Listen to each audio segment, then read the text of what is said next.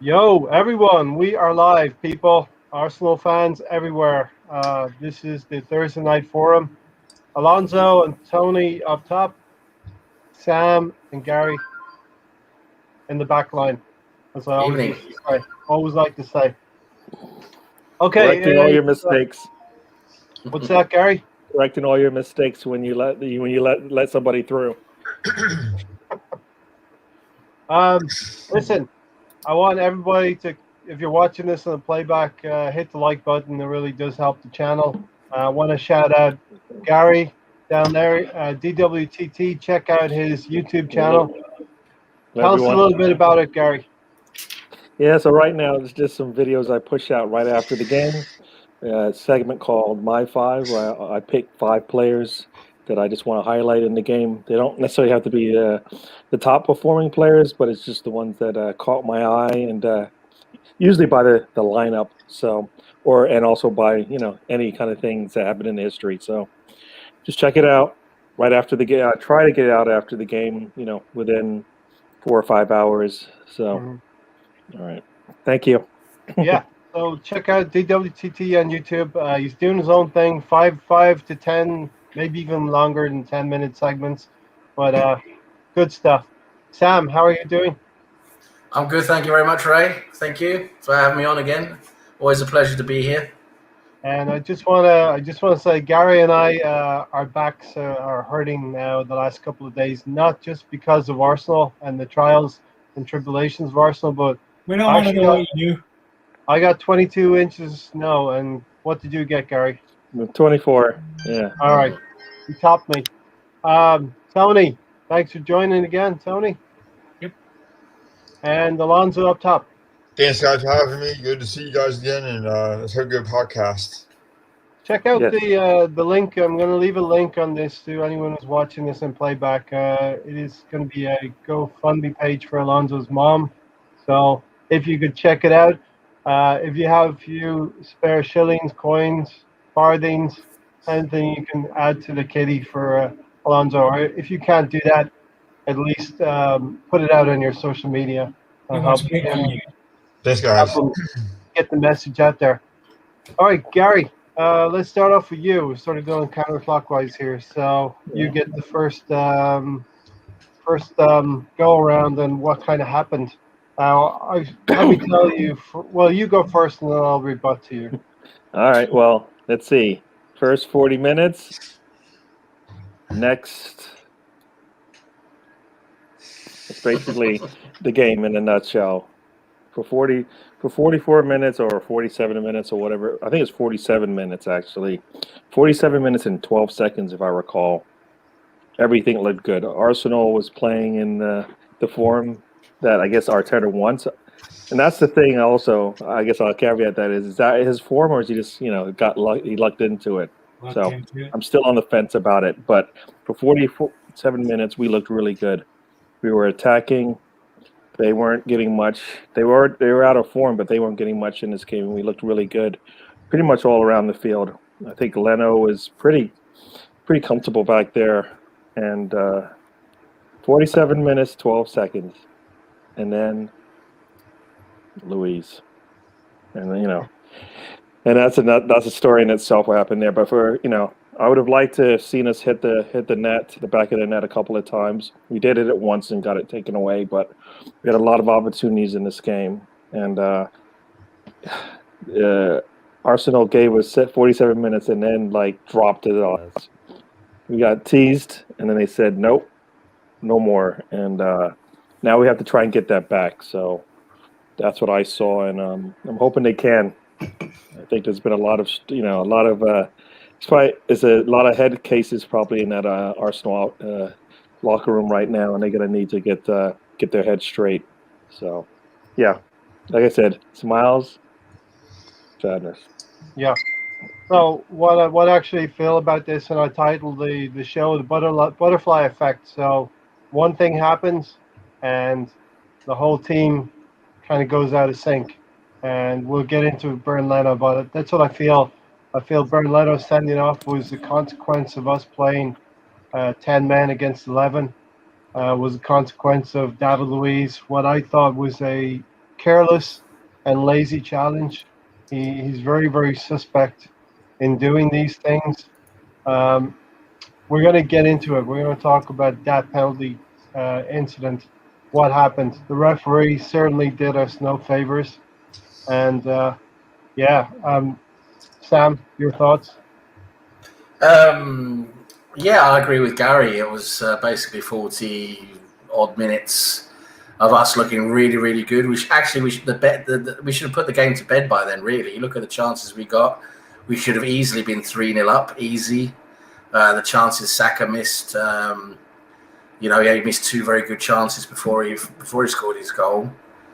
We could have been outside by then, and we played an excellent first 40 odd minutes. I mean, we tactically perfect. We had the energy, we had the high press going. We basically, we played them off the park for the first half basically until the incident happened, and for that I actually feel really upbeat about that, because if we can replicate that again going forward, I think that's going to put us in a very good position. So I'm really upbeat about that, what I saw there. And then what happened after then, it's basically the consequences of what happened. So what happened there, the red card, the penalty, puts us in a very tough position then against the Wolves team, who then they get their impetus back. They get their wind in the sails back. Mm-hmm. They get back on the front foot. They get to recollect for the half time. They come out with a new impetus, energy and impetus to go. Yeah. And that with us down to 10 men, it makes life very difficult for us. Of course, it's a whole different game with 10 men against 11. It's not going to be the same as the first half. It's going to be very tough going. And then, like you say, that brought on the whole incident with Leno. That was I thought it was very very unlucky there, the way that happened. It was a ball that had a weird trajectory off the bounce, and I think he miscalculated the way it was moving, and so he moved his body wrong, and then he realised he was out of position and had to use his arm basically just to get something on the ball. And just a complete miscalculation. But Leno had made a huge mistake, one of very few he's made, fortunately for us. And then everything just went from bad to worse from there, unfortunately. Even though we still credit to our boys, they didn't give up, they didn't go down 9-0 like Southampton did. We kept our mentality, we kept our poise, and there was actually a chance right towards the end we could have maybe even equalised. I mean, I thought that was pretty damn good with 9 men. But yeah, like you say, it was a butterfly effect from when that Luiz incident happened. That was it. We were in trouble from then, basically. Yeah, Sam, it's so difficult in this season of football, especially. The season is compressed. Players are playing every 3 games. There's muscle injuries a lot of squads are in danger. So it's very bad. Very bad. Yeah, it's very bad. We cannot afford to go 1 man down, let alone 2. And the players actually, this is my one criticism of the squad. There are certain areas of this squad that are not able to manage games on the field. Our players are not able to manage games, certain facets. And I thought David Luiz, coming to the end of the first half, found himself out of position, and everything went to hell in a handbasket then. Well, that's the thing with professional football at this level. It's you only need to switch off for a couple of seconds, and that's it. And that's what we saw. And unfortunately, this is the thing we always talk about with Luiz, right? We've been praising him lately. 2 games ago, he was bad. Last game, he was good. We were debating, should he have started? Maybe we want to see someone else start. And this is the thing we always talk about with Luiz. Luiz, he is in general a good player, but he's always got that mistake, that lapse of concentration in him. And that's what we always talk about with Luiz, right? And again, we saw it again against Wolves. And, it's that coming towards the end of the first half, we've been looking really good. And I think just, all of a sudden they just switch off just for a few seconds. And that's it. That's enough for them to come in. That's enough for Luiz to lose his bearings and what he's doing. And that's what happens, And this level of professional football, you can't switch off. So that's where Luiz, again, I'm afraid, has to take a lot of the heat for that, for him switching off and being caught again out of position. Good to see you back, Cheddar. So yes, Yeah, Jack. we have Cheddars. Tony, Wolves had been 8 games unbeaten. No, 8 games without a win, let's say, not unbeaten. We'd gone 8. We were going 8 games unbeaten, and so something had to give. And this Wolves team, they stuck in there. We did not take our chances. We had 3 or 4 very presentable chances, which we're going to talk about. And in the Premier League, Tony, if you don't take your chances, teams are going to take their chances and come back at you. Yeah, you don't leave it in the hands of a referee. You go out there, you score the goals. We should have easily been up 3-4-0 at halftime. But Luis pulled a Luis like he got to do. You put him out there. He's going to be playing in the Premier League, but Arteta's the gaffer, and he makes the choices and live or die by making stupid calls like that. And Alonso, Arteta is trying to rebuild this Arsenal team, and there's 2 types of teams out there now in the Premier League. I think Alonso froze, so he's Freddie Mercury's back in there. 2 Freddie Mercury's. Alonso, there's 2 types of teams in the Premier League now. There's high intensity teams like Manchester United and Liverpool. They're called moments teams. So they have high intensity and their players, their superstars turn up and win games for them. And then there's another kind of team like Manchester City, highly based on possession and trying to keep the ball. And I think that's where Arteta is ultimately trying to go with this team. And, we did very, very well for 40 minutes, 43 minutes, whatever it was. But we can see what the team is trying to do, what they're trying to achieve. And the first 40 minutes were electric for us. Yeah, and then there's hope too because Party was trying to play to his potential. And he was the guy who drove the ball around that made the miracles happen and made it work. And he was driving the team and running the ball. And, he found space with Lacazette and Sanka and I think it might just be covering the audio didn't come through very well there. You just might be covering the audio section on your phone. Yeah, sorry. So, you guys hear me now? Yep. Yeah. So, I was saying, like, when Party, he was able to finally, the finance things that is at least what he could do, There's those put a ball around and Husker Jocker and Jocker do things and Headway as well as Kaka and Lacazette. So there were spaces there and there was potential to have more goals with Headway doing this thing. And then unfortunately Saka and Lacazette got qualified and Saka was disallowed, but you saw that they're trying to do as a team. And unfortunately we didn't do it we didn't do what we had, and that was disappointing. But hopefully this is a learning curve for the team that we have now on the pitch. But other than that, I think that it was disappointing that the Leafs gave us that penalty, and you can make that what you will of it, but it was just too harsh for me. But again, he was just caught in La La Land, not figuring out what to do in that moment, and it's having far so often where he just gets stuck, and it's unfortunate because he's a good player to me. But sometimes he has these brain parts that he doesn't even do, and it kind of sucks.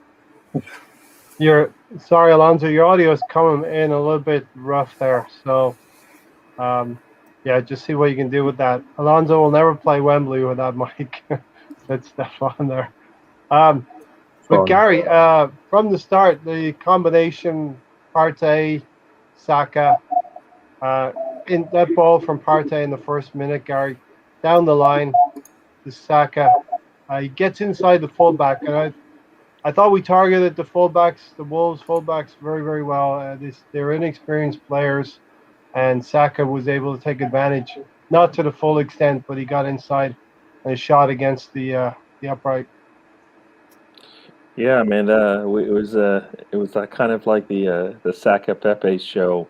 in that first half. I mean, in the first 15 minutes, it was all Saka, just attacking them. We just never could get it past the goalie.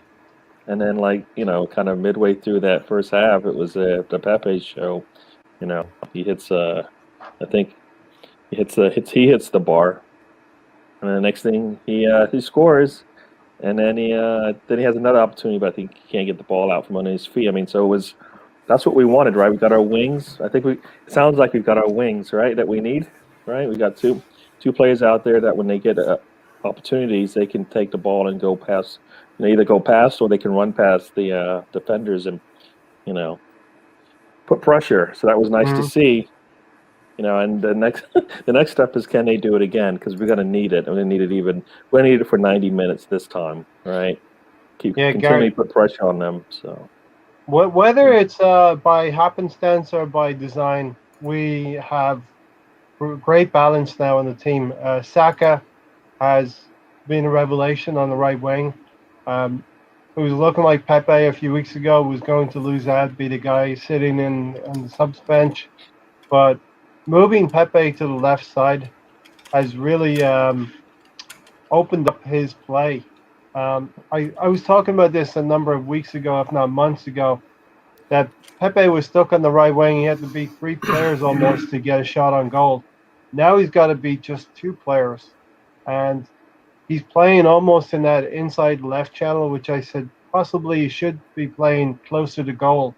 And we've seen 2 goals in the last 3 games from Pepe now. Yeah, I mean, I think some of us have been calling for that the whole time, especially his friend. I guess to my over there. I don't know where he is. Sam, that guy. Yeah. He wants it. He thinks he's got one leg, and he can only use one. Yeah. But I guess you score with the other one. So there you go. So second time he's done it. Second time. Yeah, and you know what? And they've looked really nice, like he's practiced it before for some reason, right? It looks like it wasn't the first time he had done that, ever. So he looked down and realized he had 2 feet. Yeah, exactly. But no, this is it's amazing that like somebody said, like you put a player in a position where they're comfortable and good things happen, and they did. I mean. We realized we can put Saka anywhere, but we just didn't realize that, maybe put him on the right-hand side where we have nothing going on and see if Pepe works. So now, we've got the biggest, Arteta's got the nicest problems to have, right, is, who do I play and when and why, Yeah. Why play Aubameyang right now? Sam, that's a big question. The best thing for a coach or manager now is to have headaches, and Arteta's got some headaches. So it's Saka on the right, maybe Pepe on the left. The depth is looking like maybe Martinelli or an Aubameyang on the left-hand side as well. But now where we had on the left, we had recently last year a lot of left-sided strength. With Saka going to the right now, we've got a lot of balance in the team alongside what Partey's bringing to the team as well in midfield. Yeah, Partey's been very good. I mean, he had a great game, I thought. Like you said, that pass he had in the first minute was absolutely sublime. And he's still not playing at 100%. I mean, imagine when this guy's at 100%, he's going to be absolutely incredible. Big player for us. Like you say, everything you said, I've got to agree with. So switching Pepe out left seems to have worked well for him. It seems to give him a better time on the ball. I mean, in terms of what he can do with the ball out left with his left foot, then it's more natural for him to cross, and pass inwards with the left foot when you're out on the left side.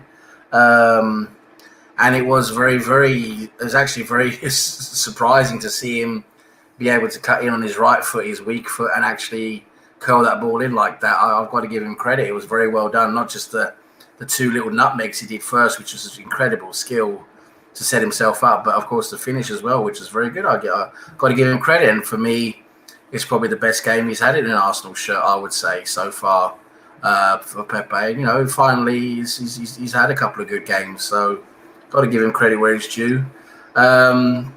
in terms of going forward, it's difficult right now because Martinelli, he's not quite in 100% form. So it means it's difficult to choose between Martinelli and Pepe right now at this time, just because of their form. I know Martinelli normally would be playing better and give us more than Pepe, but right now Martinelli seems to be a bit off form. But I would maybe go for Martinelli just because he has that ability, I think, out left more than what Pepe has. So I would probably put Pepe back on the bench, unfortunately, if I had to choose between them. And then down the middle, Lacazette is working very well, isn't he, in that middle part of the three. So it even keeps Aubameyang on the bench for me. I mean, I wouldn't put Aubameyang back because he's just, at the moment, he just doesn't fit in, unfortunately. Someone has to do poorly to drop out first before he comes back. Yeah, we're seeing that in our defense, Sam, that, if you're playing on form, you should stay in the team until something happens, unless you're David Luiz, probably. We know that now, moving forward. Somebody once said... We knew that for a while. Yeah. When somebody shows you who they are, that's pretty much who they are. You know what I mean? And we know that with David Luiz. Let's not go there again. Let's keep Gabriel, Mari, and Rob Holding at the back. And Chambers. Shout out to Gail for joining us again. Thanks, Gail. I know that you're recuperating just a little bit. You might have a sore arm or something like that, but big up to you, Gail. It's crowded now on the left: Martinelli, Alba, Pepe, and Saka. And Stan is in the house. Thanks, Stan, for joining us. Both Ray and I called Pepe. We got a run of games. Now it's beginning to bear fruit. The one thing about this run, it isn't necessarily that the players are actually playing well. It's also that Martinelli and Smith-Rowe are actually healthy enough to play, and they kind of brought something to the game. And I always start with Martinelli because that's when we kind of realize, well, okay, we've been missing this energy on the field, right? And then Emile Smith-Rowe comes in, gives us the same energy, but now also gives us that kind of middle play that we need. Partey coming back as well has now, sits right behind Emile Smith-Rowe, and now we've got the spine we talked about. So I think all those things in combination have been well, and they've actually opened up everything for the other players. So I don't think it's necessarily that players are playing better. I think now we've got what we've been looking for, right? We've got a solid middle now. We've got a solid player. Like Lacazette is able to play comfortably up top.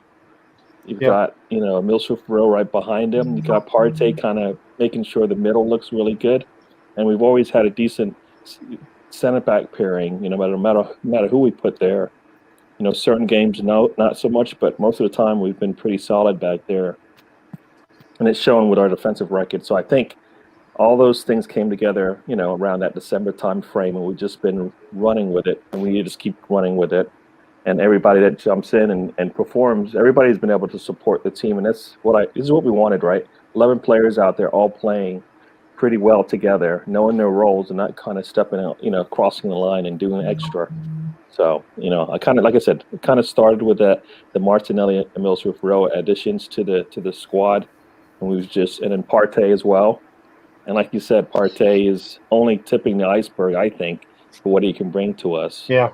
He's opening it up for Xhaka, making Xhaka, everybody's happy with his play now. Yep. And the only thing we've changed is Partey. Yeah, Xhaka is not being overloaded with responsibilities of midfield, and Partey is helping him. Xhaka is helping Partey in certain situations.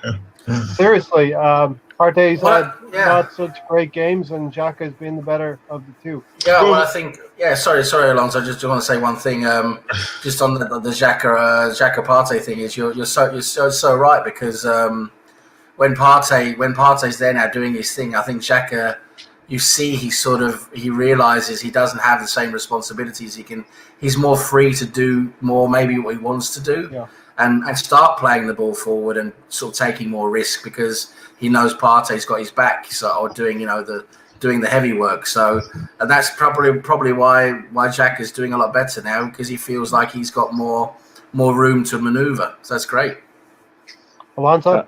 Yeah, so like I said before, that when we signed Xhaka, he played out of positions for so many times that it's finally good to see Partey, a natural defensive midfielder, come in and help out Xhaka. And Xhaka's position was a CM, a central midfielder, right? So it's finally good to see Xhaka just have a bit more freedom to do what he's good at. And Partey can just step back and play defensively when he needs to, and also play the ball forward as well. So maybe that's what Xhaka needed for him to succeed at Arsenal. But unfortunately, it's taken this time to realize that. Yeah. Maybe not to succeed, but not to be That's a right. detriment, Right. such a detriment to the team, right? Stan said here, I've always said Pepe should be tried on the left, Tony. I've always wanted Pepe to be either inside right or inside left to get closer to the goal. I seem to remember a lot of his Lille goals came from the inside left, and it can only increase when we start to play ball quicker. We actually had a couple of instances in the last few games where Pepe has had quick breakaways, quick counters, quick transitions on both Manchester United and Wolves. So he's coming into his own now, I think. Pepe is really starting to feel like the managers behind them, they've put him in the right position, Tony. Yeah, and listening to Arteta talk today, sounds like Pepe's I get to keep his spot, not have Uba come straight back in, which needs to happen. I thought Uba needed benched even before he went away. And now Pepe's on form. He's discovered he has 2 feet, making goals with both feet. He's playing on the side he should be playing with naturally. I don't know why he's been playing on the right. But all this is because of injuries and not because of Arteta's decisions. It's all based off injuries. So Gary, as Tony said, finally he's been played on the left. I always felt Pepe was out on an island on the right side, by the touchline, by getting chalk on his feet. We always wanted him to be close to the goal, and now on the left side, maybe it's happening for him. Oh yeah, I mean, it's been nice. Is it just him on the left? I mean, like I said, it's not always just him on the left. It's everything else that goes along with it. So yeah, I always go back to that when I look at that. But it's been a pleasure to see him out there doing what he does. He's been doing the last couple of games, and we want to see more. We want to see more. I mean, I think there's more there. I think if we can just grow into this form that we have with the players, and they can all figure out where they're, as Stan said, know your role. If everybody fits their role and does it well, we'll be good. So it's good to see Pepe out there. I mean, as far as going for, I mean, I would expect to see Pepe and Lacazette playing again, even though they played in this game, just because it wasn't a full game for both of them. So, and then maybe and then we have a week off. So, we have a week off somewhere. I think after the Leeds game. I think next week is. I thought next week's game is a weekend game, right? I think we don't have a game until Saturday, right? Okay, I haven't looked. I think so. I think it's the 4th. Forward. Yeah, I think it's the 14th is when our next game is. So unless I think it's the FA Cup games or midweek or something like that. So I think we actually have a. I'll take that, and that's I'm coming to Sam on the next one. FA Cup, we're out of it. Maybe we're going to see the benefit for the remainder of the season, Sam, with the guys playing less games as the FA Cup progresses. Yeah, but we still got Benfica coming up, right, in the Europa League, so we're going to be playing those games instead. So, I don't think an extra FA Cup game here or there would really mean that much, to be honest. But yeah, I mean, that's the challenge this season, right? It's a condensed season. We're playing a lot of games in a short amount of time. We see all the teams, we see all the teams are struggling with injuries. Some are getting hit worse than others. I mean, Liverpool have been absolutely decimated. Their defence is completely decimated with injuries. That's really killed their season. And we see across the line, across the whole league, every team is struggling with injuries. Look what Tottenham are like without Harry Kane. There's nothing left without Harry Kane, basically.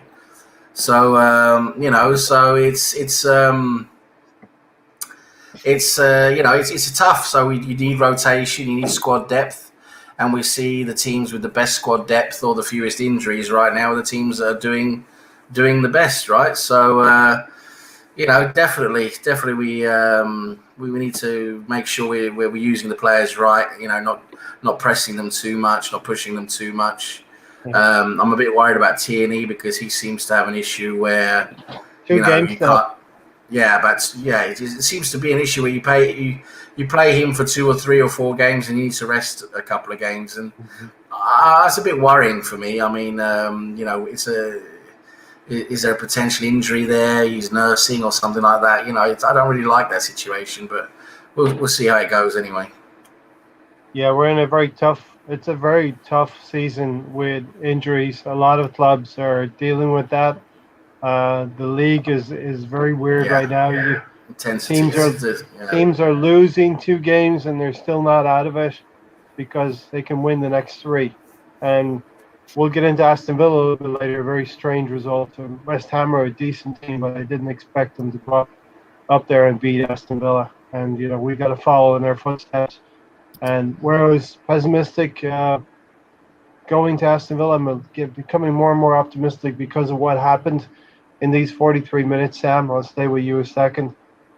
Saka, very unlucky not to get on the score sheet in Tuesday's game. Yeah, we need to be more clinical. That's our thing. I think we've seen now we're creating more chances. We're getting more on the front foot. But it's just that clinical, ability of just putting away the chances you get. That's the difference, you got to put away the chances you get, or else, against teams that are good. I mean, Aston Villa are another good team. They're going to punish you if you don't put away your chances, and psychologically, it's important as well because, like I said, against Wolves, if we had to put away our chances and we're 3-0 up by the time we get towards the end of the first half, that game would have been completely different. Even if the Luiz incident would have happened, being 3-0 up or going to 3-1 because of their penalty, it's a whole different ball game than what happened. So, that's what it's about. And I think we will create chances if we manage to replicate what we did in the first half. I do think we will push Villa and create some chances. We just got to put them away. Saka's got to he's scoring goals. Saka's scoring goals, but he's also missing chances. So he needs to be more clinical, and Lacazette's the same. It's the same thing with Lacazette. He'll miss more chances than he scores, but he needs to be more clinical. And if we can put away these chances, I think we'll do well against Villa. All right. So listen, we do this for our viewers. Darren, FIFA boy Darren, give Penny, my cat, a shout out. She's an Arsenal fan. Hi, Penny. Darren's cat. Hi, Penny. How are you? She's an Arsenal fan too, Gary. And Sam. So, great. Tony, what was good about Pepe as well is the amount of defensive work he seems to be doing now. He seems to be doing what Arteta wants him to do off the ball. He's definitely caught on that he has to play defensively or he's not going to get out there and play. So now he's probably going to be getting a good run of games, hopefully, and keeps on playing and keeps on showing Arteta what he has. Gary, no, sorry, stay with Tony a second. I'm getting you all confused tonight, sorry. Tony, from what you saw in the first 40 minutes, are you confident that Arsenal is on the right path in terms of how they played those first 40 minutes? I think how we played is good, but we still need more depth. We definitely need to bring in more players. We got rid of all our deadwood. Now we're very light in numbers. The team basically selects itself now. We're just 3 or 4 different moves you can make each game. You need to have a lot more options than that. But other than that, yeah, we're playing the right style of football. So, Gary, what we've been doing is charting Arteta's rebuild, especially this season. We've gone through the defensive stability.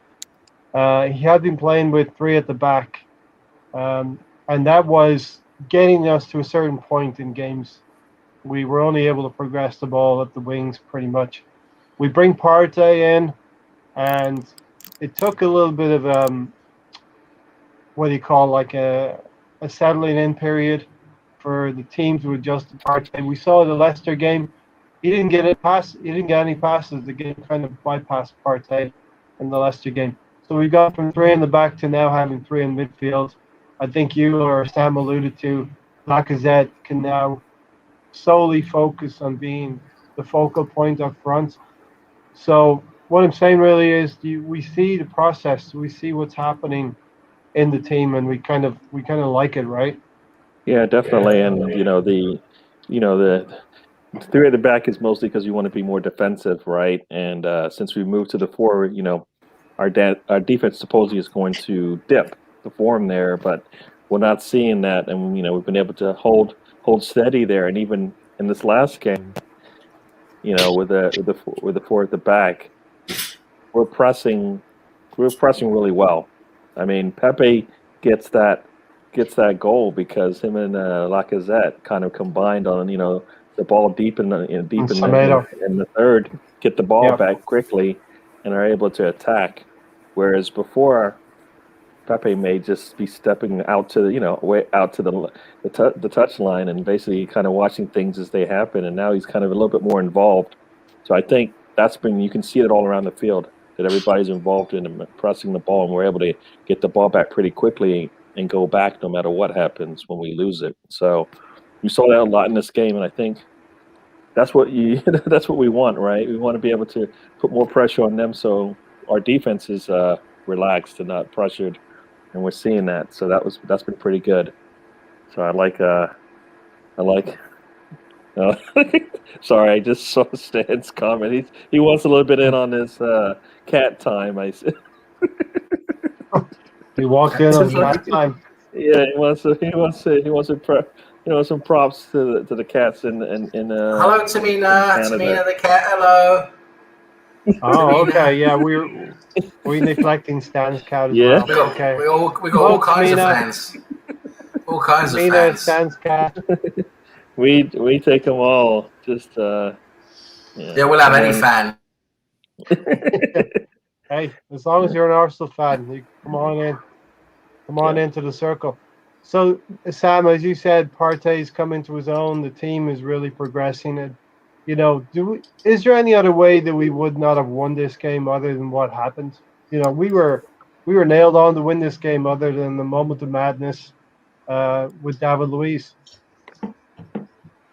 I think we were on our way to winning the game. I think we looked a lot better than Wolves. We were creating more chances. We were looking like the better team. I think it was up. Yeah, I mean, it was definitely our best first half so far this season. And I think we would have definitely gone on. In my opinion, we would have gone on to win the game. But the circumstances happened that took all of those chances, all of those possibilities. Oh no! Usually it's me I thought it was me with the internet issues. No, Alonso. So we're going to get into the contentious part now. We've had the nice part of the podcast, 43 minutes. Arsenal played really, really well. In another game, we would have been 3 goals up, maybe 4 goals up. But the incident happens. And for me, David Luiz cheats into midfield. The ball gets transitioned. And Podence is there. He plays the ball out. I know Gary's going to be itching to get in here. And no, we're not going to be sponsored by Manscapes here. This channel will not be sponsored by Manscapes. Everyone else is doing it, but we're not going to do it, right, Gary? Yeah. Who needs that? Grooming? So wait, are you talking about? So Alonso, the David Luiz sending off. Give me your impressions on that. Yeah. So okay. So I was so not pissed, but not happy either.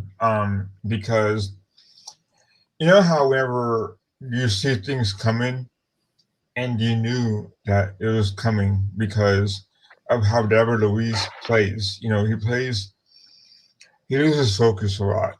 But unlike Colonel Mustard, David Luiz actually takes responsibility for it, and he mans up for it. But to me, Ray and Gary, I still think that challenge was a little bit not challenge, but I think the carding itself was kind of harsh. Um, it was wet surface, and anybody could have fallen and lost their balance, right? And unfortunately, it happened to David Luiz. And you know, like I said in the green room, there was no intent to harm, no intent to injure. It was just a simple mishap. Yeah. And you know, VAR didn't even look at it, which to me, in my opinion, was kind of weird in itself.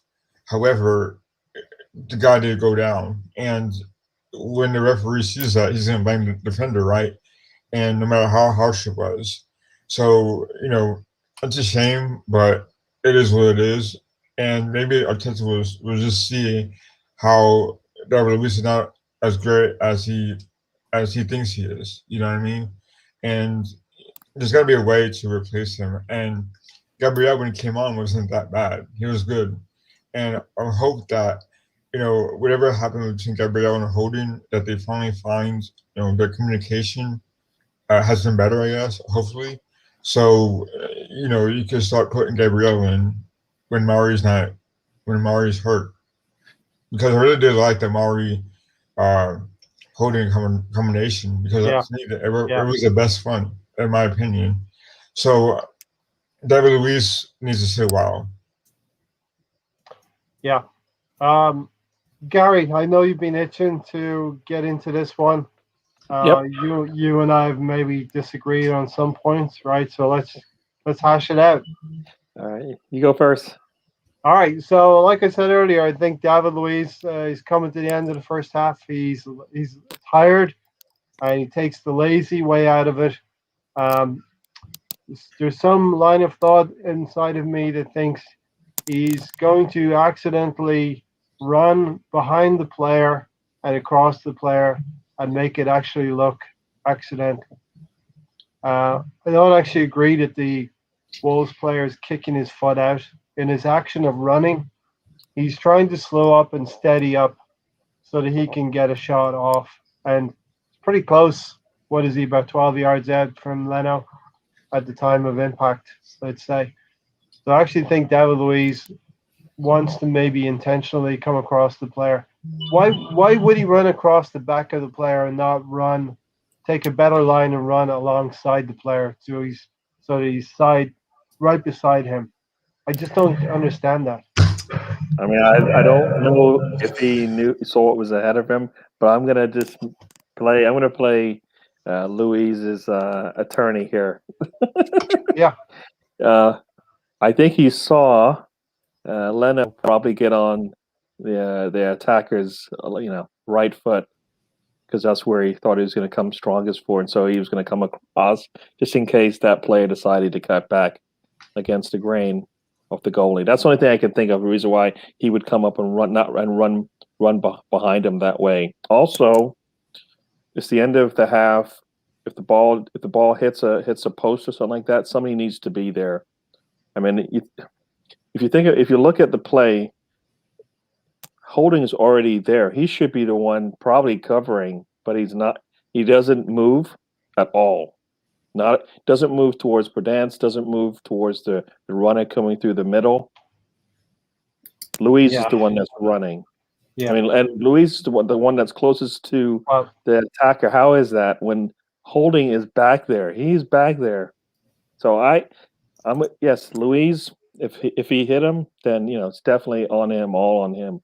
But this is a team concept here, and everybody has to help each other out. I mean, if you look at what happened, Holding should have known that Luiz was not to his left. You could see that whole back line. You've got Cedric all the way out, and there's a big gap. And you've got Hellerin to his right. Holding's got to be able to call that out. and make sure they rotate. And everybody said, why couldn't they rotate? It's less than a minute to go. You got to go to where the danger is. Now, we've seen that from Holding sometimes where he doesn't go to where the danger is because it's not in his zone or whatever. But it doesn't matter. If they score, then you didn't help out, you know. Oh, so Holdy's in a very tough position because David He didn't- Luiz has cheated into midfield, and you can come back to me in a second. David Luiz has cheated in the midfield.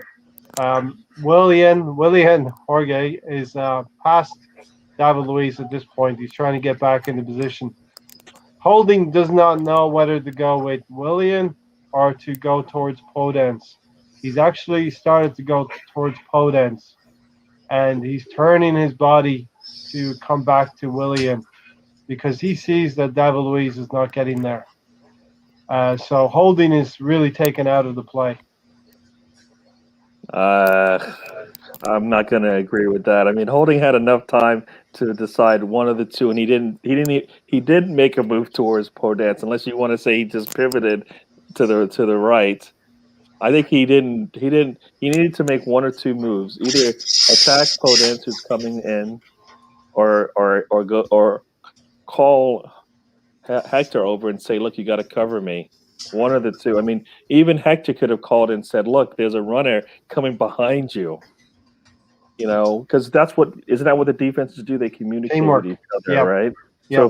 So if they're communicating with each other, Hector can see the runner coming through the middle, right? Holding can see Podence. The two of them can communicate pretty quickly. They did not communicate enough. And like I said, Holding didn't do anything. And if you can talk to, I think many are fans, they'll tell you Holding basically froze. He needed to make one move or the other. I would have liked to see him make one move or the other. To either cut off the pass, cut off the attacker through the middle, or go and get Podence so he doesn't have a clear look at, the pass. And cold Hector over, because at that point we need to protect the goal. I mean, 45 seconds later, the half's over. This was going to end pretty quickly, and it ended really fast for us in terms of like all the momentum we built up. Went away. You were one goal up through Pepe, a wonderful right-footed shot into the goal. Things we wanted to see from Pepe, and this team is Wolves are laying in wait for us. They're still in the game, and they get their opportunity. The last action of the half. It's a bang play. It's a 1-2. Holding, from my point of view, is taken out of the play because he's not able to get the Podence in time, and he has not closed off the avenue to Willian on the pass. David Luiz, I don't know why he runs across that way. He should have taken a better angle. And Tony, Gary, you want to come back for more, or we go to Tony? No, I mean, Luiz cutting across him, bad. Yeah. Bad. Putting your hands up when you're coming across him, and he's at a dead sprint with the ball. So his stride is going to be pretty large at that point. So Luiz is at fault for all of that. But like I said, I always tell you that I'm always expecting some players to make that play, right? That was an opportunity for. I think at this point, the only person that could have made it play was Holding. Leno could have made a miraculous stop, right?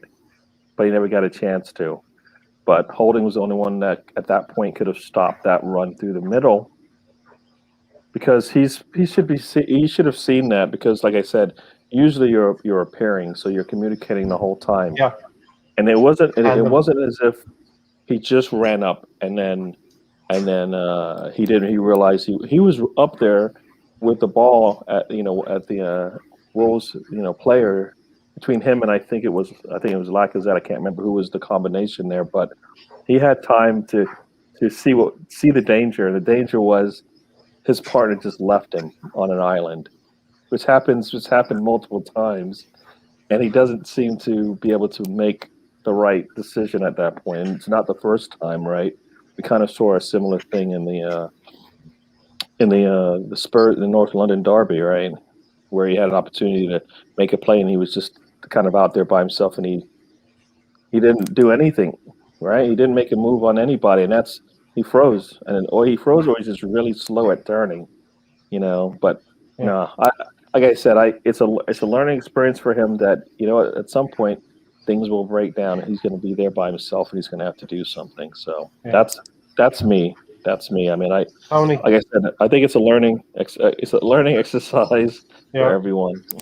Yeah, we'll be coming back around, Gary. So if me talking to Tony and Alonso sparks any more points to make, please bring them up, because this is a very, very important facet of the game. So Tony, Stan makes a very, very good point here. It still wasn't worth the double jeopardy of a penalty and a red. And the biggest thing here, Tony, that I said earlier in the podcast, every player needs to manage their own game. The manager can give them the pre-game, the halftime instructions, but those players need to go out and manage their game. And David Luiz had the choice to make, and he made the wrong choice of actually initiating contact, whether it's accidental or not. If you're in a position that you're behind the player and running across, why are you putting yourself in a position, as Gary has said, to let yourself have contact on the forward, knowing that it's probably going to be a penalty? And as Stan said here, it's a double jeopardy. We were actually talking about this, Tony, before. You might as well just have taken the player out, do a sliding tackle, because that's apparently now going to be, or is, a yellow card and not a sending off offense. Yeah, it's just going to be a yellow. He went in there and did a sliding tackle and wiped him out, or if he just pulled his jersey and pulled him down and been just a yellow. So you might as well go balls out and take him out if you're going to do that there. But like Stan said, it's definitely double jeopardy. It should either be a sending off or a penalty, not both. To me, should have been a penalty. I don't think it should have been a yellow. And to me, the whole thing that bothers me is that the ref doesn't go over and look at the touchline monitor. I think he should be the one making the final decision, not the guys sitting in the truck. Yeah. There is too much of a reliance, Tony. There's too much of a reliance on the referee on the field talking to the team, the VAR team, and not actually going to the monitor and looking at it himself. And the fact that VAR only took 10 seconds, referee should have went over there and looked and seen for sure what happened. Tony, is it just me as an Arsenal fan? It seems like all of our VAR decisions are looked at very, very quickly. It's like, oh, it's Arsenal. Or the weather guy, oh, it's sunny. Let's keep going.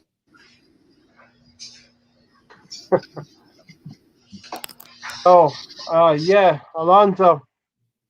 All right, Gary, you're back around. Sooner than you thought, Gary. Yeah, it really is annoying as an Arsenal fan then to have the sending off as well. At that point, you're down 10 versus 11, and we're down to three people on the panel now. We started with 5. Alonso got a red, straight red. Yeah, no, I don't know why they left us. I guess they didn't want to talk about this situation anymore. I mean, the rule is the rule. It's not going to get any easier from here on out. Yeah, the next 10 minutes. Yeah, the rule is. I guess the rule is terrible. It makes no sense. You can't say we don't have double or triple jeopardy, but in this case we do. Right? That's the thing. When this happens, yes, all 3 things can happen. Right? You get the penalty kick, you get the red card, and now you're going to get suspended and all of that kind of stuff. Yeah, came back, and Alonso did not get a red card. We took away the red card, Alonso, and brought you back in. Yes. Oh, thanks. Thanks, Tony, for your sympathy and compassion. Tony fought your case for you. He went to the FA and he won the appeal. Something that Arsenal couldn't do today. At least someone gets it right? So, Alonso, today, David Luiz's decision of the red card was not overturned, whereas the Southampton players was. What does that tell you? it tells me that, like I said in the green room, that Arsene Wenger had it right. You know, the English refs aren't very good, right? And this is why they don't get rewarded in the World Cup games, because they don't know how to angle calls. They don't know how to. They don't. They're afraid to. They're afraid to Make reverse the calls. tough Right. calls. So Yeah. yeah. So it's frustrating as a fan to see that happen. Alonso, Stan said here, I we all know froze. Sideshow Dave is a liability. If we extend Sorry. that ball bag's contract, we should mobilize and move. And there's no way that David Luiz should be starting too many games for us now. Right, Alonso? So they're giving him a headache.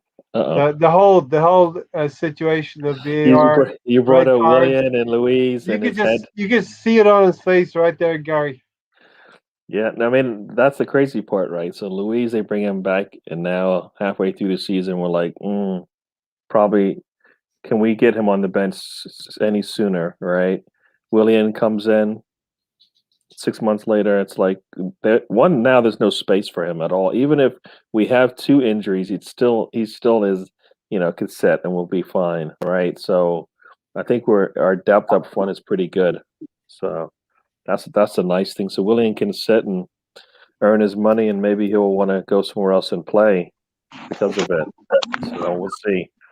Louise has been lucky that we've had some injuries, and I think can Chambers play center back? I don't even know, right? He's more of probably a fullback or whatever, or a midfielder. So, but he's like you said, he's a liability. And I think I saw in the chat. It's cyclical. Sorry. You've got either Jacques. I don't know where that came from. That was your Wi-Fi, right? Just say it was your Wi-Fi. Yeah, exactly. No, but it's either going to be Xhaka or Louise that are going to do something silly, and every once in a while you get a Pepe situation, right? Or in this case, we got a Leno situation, right? So I think it's going to guarantee Xhaka and Louise are going to do something, and then we always have the surprise come out of nowhere. Or it's either Bellerin. Well, Bellerin hasn't done anything to get himself in a situation where he gets a red, right? Right. I think the last time he got one was last year, right? But he's been, I heard somewhere Bellerin is the most cautioned player in the Premier League. Because the most yellows, but some say he's back, he's back, but that's not. He's either he's well out of position, or he just doesn't have that his legs. 50% of those are foul throws, Gary. Oh, they. The ones they don't call, the ones they do, The ones they do call, yeah. And you know what's funny about that? You see in every game there's a foul call now, and it's like, there's a foul throw not called, and it's like, are you serious? Now that everybody's doing it, you know what? It's okay, but when Bellerin does it, wait a second, it's a big problem. Tony, our defense has been really, really good up until this game, and we probably still are the second best defensive record. If we're going to rationalize this game, okay, we go 1-0 up. Pepe, wonderful goal. We should have really gotten at least another goal, if not a third. Let's rationalize it this way. A crazy sequence of events. We concede a penalty, and in the second half, we actually lose the game to a wonderful strike, you've got to say, from Moutinho. The kind of goal that goes against you probably once or twice a season. So can we really rationalize this play? This was a one-off situation. We lost this game through some very, very weird circumstances. It's not a one-off. It happens with Louise all the time. It happened to both the Chelsea games last year. It's about to happen when you have Louise in the squad, so it's not a one-off. It's a game we played well. Probably one of the best 45 minutes we played all season. We played the style of football we finally wanted to see. Attack, playing with speed, playing with pace, getting shots off. 3 or 4-0 up. Get the goals. We left it in the referee's hands. Yeah. Great shot. Yeah, David Luiz, we've been saying this, Alonso always has this in his locker. Something bad's going to happen. We were talking about it probably in the last couple of podcasts. Beware, David Luiz. He's back in the team. He's man of the match. For me, he was one of the men of the match in the United game, and this happens. He's very, very. Never know what you're going to get. You never know what you're going to get with him, Alonso. Should he be gone at the end of the season, we should not renew his contract, right? No, because I think that he's become more mistake prone, and this is what his third or fourth red card. That's responsible, you know what I'm saying? And yeah, so to me, he's not worthy of another contract. Yes, he puts in performances that are worthy of another start, but at what point does Arteta say, "Listen, pal, enough's enough. You had your chances. Enough Pack is it enough. back, go back to Chelsea." Yeah. And it's a shame because when we got him, it wasn't, in my opinion, to have a first starting 11 position. I think that it was to have leadership off the pitch, and so it hadn't worked out, and it kind of sucks because I remember some people were praising him or praising Arteta for bringing him in, but clearly it just hasn't worked out. Yeah, Gary, exactly right with David Luiz. We're going to go through in the next segment. We're going to talk about our transfer window, but we got to highlight more of the second half here. Second half, really, for me, I'm watching the game, and as the second half goes on and on, I'm losing interest in the game because I can't see. I've heard people say that we had some chances. They were very sporadic chances, but I could not see us getting back into the game. With one man down against the Wolves team who, had their tails up a little bit at this point in time. They're going to have more of the game. And they were able to work the referee. They were a continental side. Their makeup of the team is continental. They're going to work the referee for yellows and reds. And they were also holding possession and tiring us out. The exact thing that we did not want going into a very, very tough month here of games. Yeah, anytime there was a controversy or something like that, you saw at least 2 to 3 of the Wolves players surrounding the referee, trying to get something out of the referee for them, and it worked. It worked. He fell for it, Just because they're there doesn't mean that you have to call it. They, like you said, that second half, they could take their time, right? It was a tie, it was a draw at that time, so they had a point in the bag if they just were able to maintain, and they took their chances when they could, but they couldn't really couldn't break through our defense, and it was just a matter of time before we got an opportunity to, put an attack on, and we did have opportunities to score. I kind of was sitting there, and it seems like every 5 to 6 minutes, then we would get an opportunity to play. But I think by then the legs are tired from the defender, from defending for so long. We just didn't have it when we went ahead and we were able to attack. So, I don't think we were all there at that point. I mean, a lot of people talk to the substitutions that happened, right? Bringing off Lacazette, bringing off Pepe. Yeah. The players that could actually make something. Well, Lacazette can hold up the ball, and Pepe can make something out of nothing, and that's what you kind of needed when you're down a man, right? You get him the ball, he could make at least 2 or 3 players miss and go by them.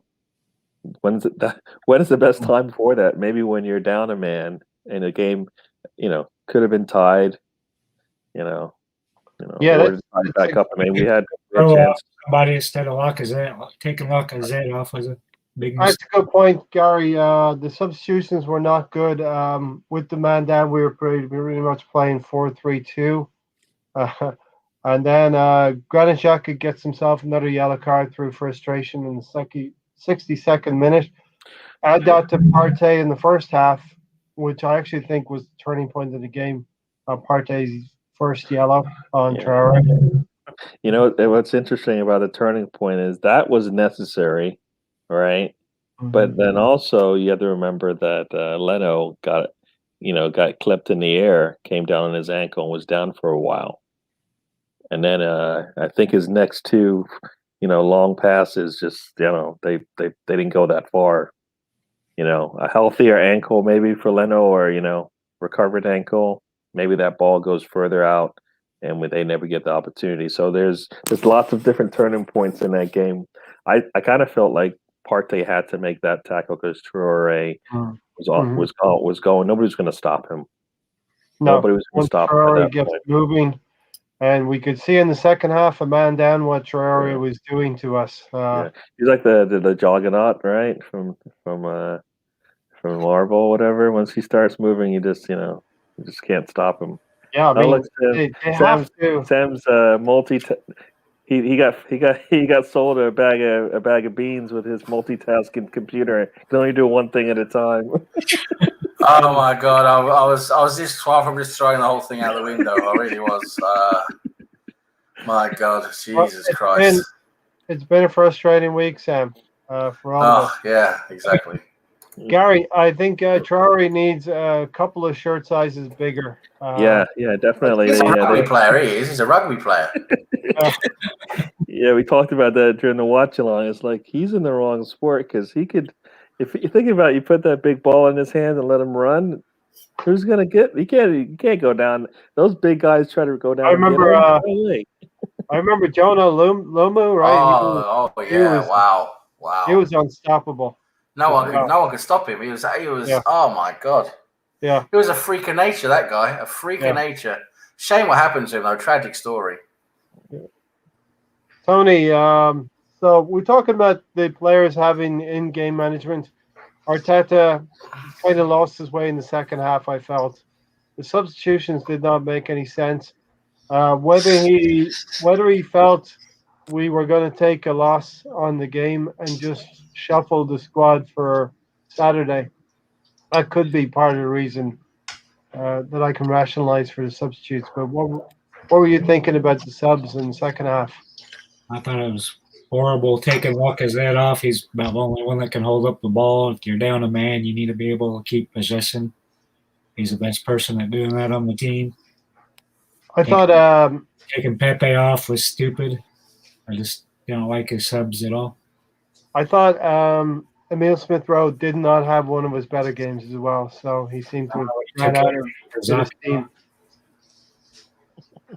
Maybe he was targeted or not. I don't know. The Assembled here, thanks for joining us, The Assembled, and thanks everyone for being here. Really appreciate it. Arsenal lost the game, yes, because of a bad decision, but we almost missed 3 great chances. If we scored them, we'd be calling Luis an idiot. Yeah, we called him an idiot, right? Yeah, we're already probably calling him an idiot because he should know better. He should know better, and he should have known better before he took a step off of away from his back line. That's where it went wrong, and it just went downhill after that. Sam making more comebacks than Marvin Hagler. So Alonso, really, this is a case of in the Premier League you have to take your chances. Wolverhampton Wanderers were desperate for that win. They had not won in 8 games.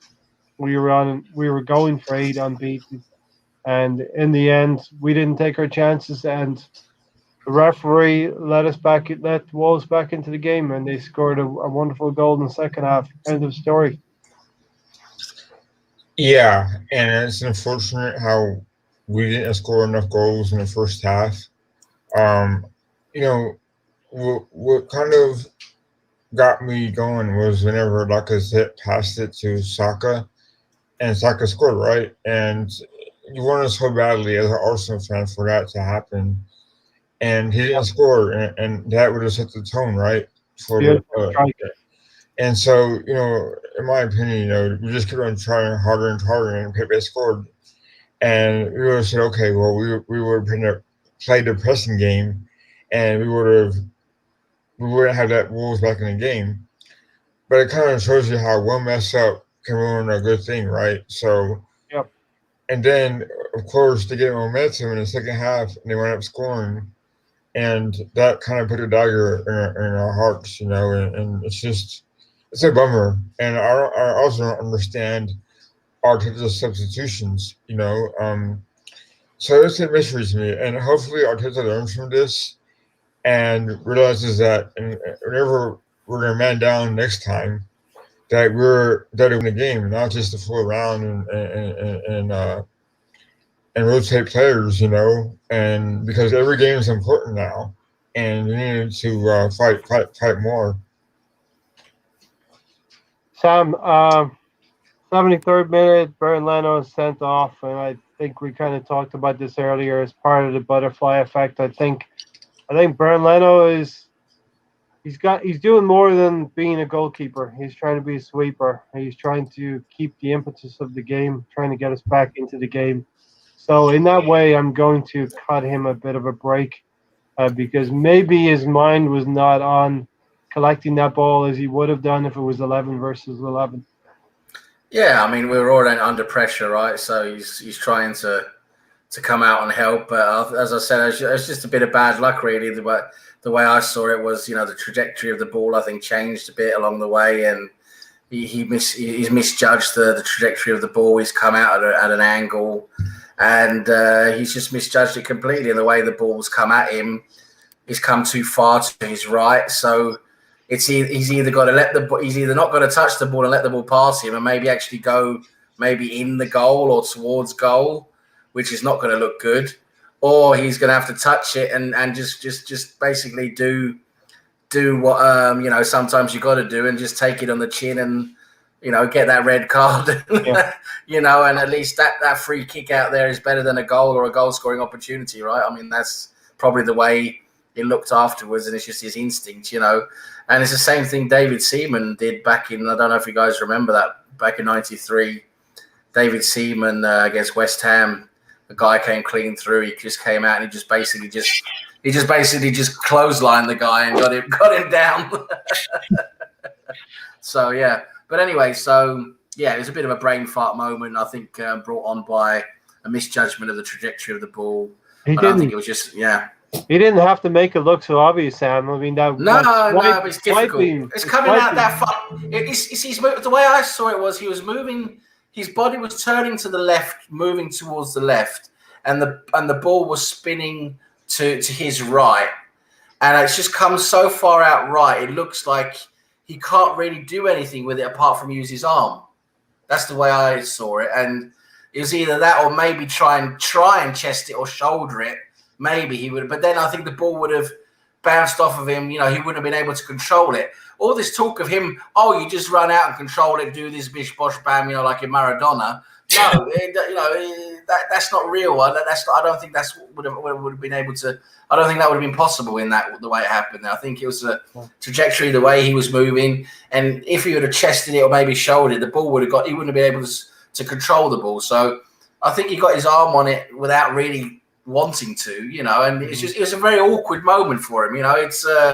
It's not really a part of the field where the goalkeeper is most comfortable, is he? So no, so it was what it happened, and Bert Leno, he's got to take it on his shoulders. It was his mistake, his brain fart, and luckily with Bert Leno, it doesn't happen very often. He's been a very good goalkeeper lately, many clean sheets. So I can easily forgive him. For that, to be honest.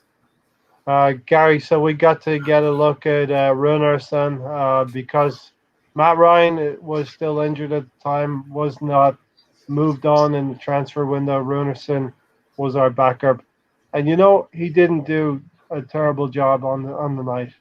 Until he didn't do a bad job until you thought, looks decent out there, and then he kicks it out of bounds. Right?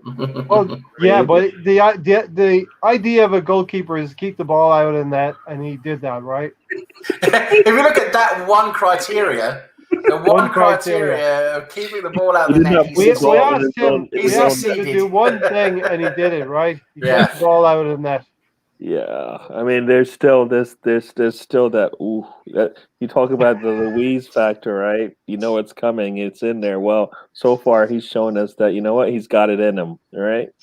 He can make that oops play. You know, you know on the the bloopers. You know the sports bloopers. He's got 2 already, maybe even 3. But yeah, I mean, I can tell you. Yeah, sorry. Go on. No, I was gonna say yeah. He's still scary for us, and that's the part. You know, will he get confidence for the next game? I think he needs a couple of games before he's ready for a Villa team. That if they're upset, you know, they're going to come into this game. They just looked at the Wolves game and went, you know what, Arsenal. You know, this is what we said about all the teams we played. Right? They come in, they look like they're struggling. The Wolves have been terrible. Let's jump on them. Right? They're looking at us the same way. You know what? Arsenal just had like the biggest collapse that you know they've seen in a while. Not the West Ham collapse, or was it West Ham? No, the Spurs collapse, or whoever played West Ham that one game. They scored 3 goals in like 5 minutes. But, West Ham. Yeah, but not that kind of a collapse. But we had a you know, you look at the first half and then you look at the last 46 minutes of the game. And it was like, wow, what just happened here? You know, so yeah, he's going to be scary for us, and that's why we're going to have to be pretty solid at the back, and we need to be able to attack and jump ahead quickly. I think we need to do what we did in this last game. I mean, if you look at it in the first 15 minutes, Saka had 3 opportunities to score. Yeah, and you know, hit a post, goalie got to it, and then there was an offsides. One of those goes in, you know, we're up 2, you know, with 25 minutes and a half, and you're looking good. So let me know, everybody in the chats, if you think Arsenal are going in the right direction based on what you saw versus Wolves. Sam? Yeah, I just wanted to talk just a little bit more about Ruderson, because when he came in, for me, it just looked like he looked like a bit of an amateur. You know, some of the weight, some of the positioning, you know, it just doesn't look good. And yeah, he kept the ball out. And an interesting story, just a little anecdote, because I used to be a goalkeeper and quite a high level goalkeeper, and I went over when I was 15. I went to the Bob Wilson goalkeeping school in Hertfordshire, not far from London Colney, actually. Bob Wilson used to set up every summer. He would set up an international goalkeeping school, like summer camp and goalkeeping school for 3 days for anyone who wanted to pay, basically, and take part.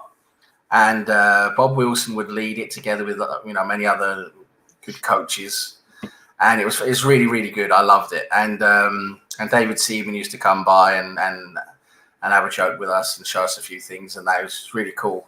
And anyway, so I remember Bob Wilson used to say, it's funny what Gary was saying and what you were saying, the only criteria is to keep the ball out of the net, because that's exactly what Bob Wilson would say to us. He said, listen, you know, you can try and make things look good, or you don't make things look good. You know, the thing is that the main criteria for a goalkeeper is to keep the ball out of the net. Yeah. Whether you put an arm on it, a hand, a foot, a leg, a knee, whatever. As long as you keep the ball out of the net, that's your job. You know, that's what you got to do. And at the end of the day, if the ball doesn't go in, you've succeeded. You've done your job. You know, and it's true. So, you know, Ruderson did do that. He did achieve that. He just didn't make it look very good. There was a lot of parrying when he really shouldn't have parried and stuff like that. But yeah, at least he didn't let a goal in. And when it comes to Matt Ryan, I believe he has a minor injury. And from what I'm reading around on Twitter, he should be available, I'm hoping, for tomorrow. So we'll see. If he's even 60% ready, he'll be out there. I have to believe that. All right, so listen, we can take the positives from this game. I think we played really well for most of the first half, aside from that incident. Arsenal, really, really good combination play. We have a good back four now, a good midfield in Partey and Xhaka, and the four forwards have been combining well, and there's hope moving forward. Alonso, it's all going to be okay. Saturday, we'll see what happens on Saturday. It's all going to be okay, buddy. All right, Yeah, so listen. Yeah. Go ahead. Sorry. Gary, Sorry. go ahead. I was You just want going a to say final that in point? I was just in the chat room. They were talking about boxing, and I was just going to say my favorite like the favorite days was when Mike Tyson would be on free TV, and in 45 seconds, the round, the game, the boxing ring, be over. He'd just come out, body blow, uppercut, lights out, game over. Those are the best. You know it's All going to right, come. Gary. Since we're reminiscing, let's reminisce a little bit about Colonel Mustard. It would be remiss of us on this channel to go down memory lane a little bit about Colonel Mustard. And since you start off reminiscing, Gary, tell us about all your good times with Colonel Mustard over My the good years. times? Oh, you mean when he's laying on the ground, or the picture with him sticking his butt out? Because those are the only ones that I can. The picture of that's in him my brain doing that Mustafi squawking walk or whatever that is, I mean that's all. Those are the most memorable ones. Is him on the ground when we're trying to defend. sliding It's like, tackles. what are you doing? Tyler He's always down with his head up, posing. I was like, what are you doing? Yeah. He had some good days, but he had a lot of bad days. And you know what? You knew it was going to happen now, right? You put him in. The game is close. We've either got a lead or tied, and he would always let us down. He did. I mean, he always. So he had some good times, but he always was that big game. I'm going to say big game player, and I'm going to get four people looking at me right now. He was good in certain settings of games. In certain games he was a colossal player. He had these sliding tackles. But Sam, all I do remember is the sliding tackles, and what I think I will remember him for is letting balls go over his head, go past him, and that Crystal Palace, especially that Crystal Palace goal, where he ends up blaming Bern Leonard for not coming and fixing his mistakes. Sam, I'll tell you what, Mustafi or Musti or whatever the hell you want to call him. I'll tell you what, just good. Mustard, Colonel Mustard, Colonel Mustard, Colonel Fucktard, whatever you want to call him. Just good riddance. They're repressed memories. Like childhood trauma. You just want to get rid of it. You don't want to think about it. I mean, yeah, he had what, a few good games for Arsenal where you say he was really good. That was about it. Most of the time he was average. He just did his job. And then a lot of times he made mistakes, huge mistakes. And he was one of those players, again, for us, you just couldn't trust. What kind of player are we going to see today? Is he going to give us a red card, a penalty? Is he going to mess up? Is it going to be an own goal? I mean, what's it going to be today from him? It's just one of those players you just could never trust him, never feel right. And the guy's the luckiest guy on the planet. I mean, how he got into the German World Cup squad, no one knows. Scotland Yard is still on the matter, investigating. It's an open investigation. £36 million for him. Sherlock Holmes can't figure that out. How he got into the German World Cup squad. The wheel of Mustafi. You just roll it, and you're like, Jesus Christ! So he's actually a World Cup winner without doing anything but just being in the squad. And so he gets a lot of credit for that. And it is what it is. I'm glad he's gone now. It's going to open up doors for other defenders now. So no, he's not someone I've got any fond memories of. Let's put it that way. Listen, I agree with you, but he's become like one of the darlings of the channel. So yeah, of course. Colonel Mustard so long, right? We keep them so long. We don't get rid of them. We just keep them and keep them and keep them. Yeah. We had to get our 36 million pounds worth out of him. And on Sunday's podcast, I got to bring Mai here in and talk about Colonel Mustard one more time on Sunday. But Alonso, are you there, Alonso? It's frozen by the looks of it. Tony, give us your fondest memories in the worst possible way of Colonel Mustard. I'll start from the beginning with him. I never understood why we paid the 36 million pounds for him.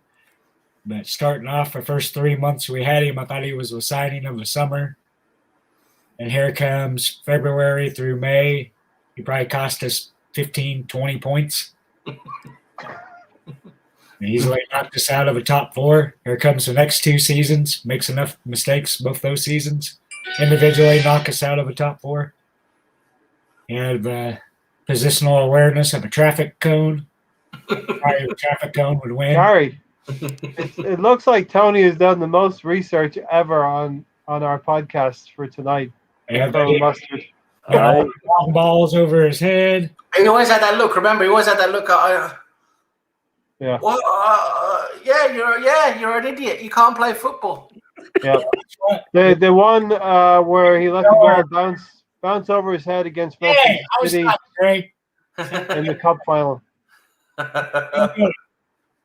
Him and Bellerin were the worst partnership ever because he was always drifting to the right. Mustafi was. And them two probably cost us 25 points in the 16-17 season, maybe 30. We got top 2. Yeah. But I was always wanting Mustafi to go until Arteta got in there. I thought he was one of the best center backs under him. Then his tweets were pretty great during the first start of COVID. Liked his tweets. Very entertaining. Tony, Stefan wants to know if it was just 15 or 20 points. It could have probably been more in Stefan's. I tell you what, it was something close to that for sure. I mean, he had so many mistakes, didn't he? That a couple of seasons there. Jesus Christ. Bye, Mustafi, Colonel Mustard. It was fun while it lasted, but we're happy it didn't last so long. And let's open up the conversation, Sam. So Mustafi left on the final day of the transfer window, following on from one Mesut Ozil. Oh, thank fuck for that. Socrates. Thank fuck for that. And Kolasinac, his bodyguard. Good riddance. He should become a close protection officer instead. He should.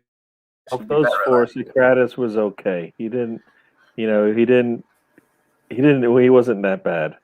I mean, he wasn't good. He was older and stuff, but he didn't. Socrates was probably the best out of a bad bunch. Let's put it that way. But the thing with Socrates, he was just so slow. He was just so slow, to react to things. But yeah, he was probably the best out of the bad bunch. I'll give him that. Tony, so Mustafi was 36 million. How much was Socrates? 15, 16, something like that, right? Something like that. Yeah, it wasn't very expensive. All right. Ozil, 42 million. He cost us 150 million quid, guys. Yep. He's cost us 150 million quid in total. Yeah. What did he say? He got us 7 years. 3 or 4 FA Cups. So there you go. That's what it costs these days. 150 mil for FA Cup. Kolasinac came to us on a free, but we paid 100,000. He came to us as a left wing back who was the player of the season the previous season in the team of the season, not the overall player of the season, but in the team of the season in the Bundesliga for the left back position. He comes to us. And slowly but surely, he turns from a wing back into a close protection officer for Mesut Ozil. Yep. I can remember how much his signing on bonus was. It was way up there. Hopefully those days are gone where they manage their money a lot better. Yeah, so if you roll Ozil in there. That's coming. I love it. That's a nice little nickname for him. It's nearly, yeah. He didn't just come up with this. He came up with this a few weeks ago. I love it. Yeah.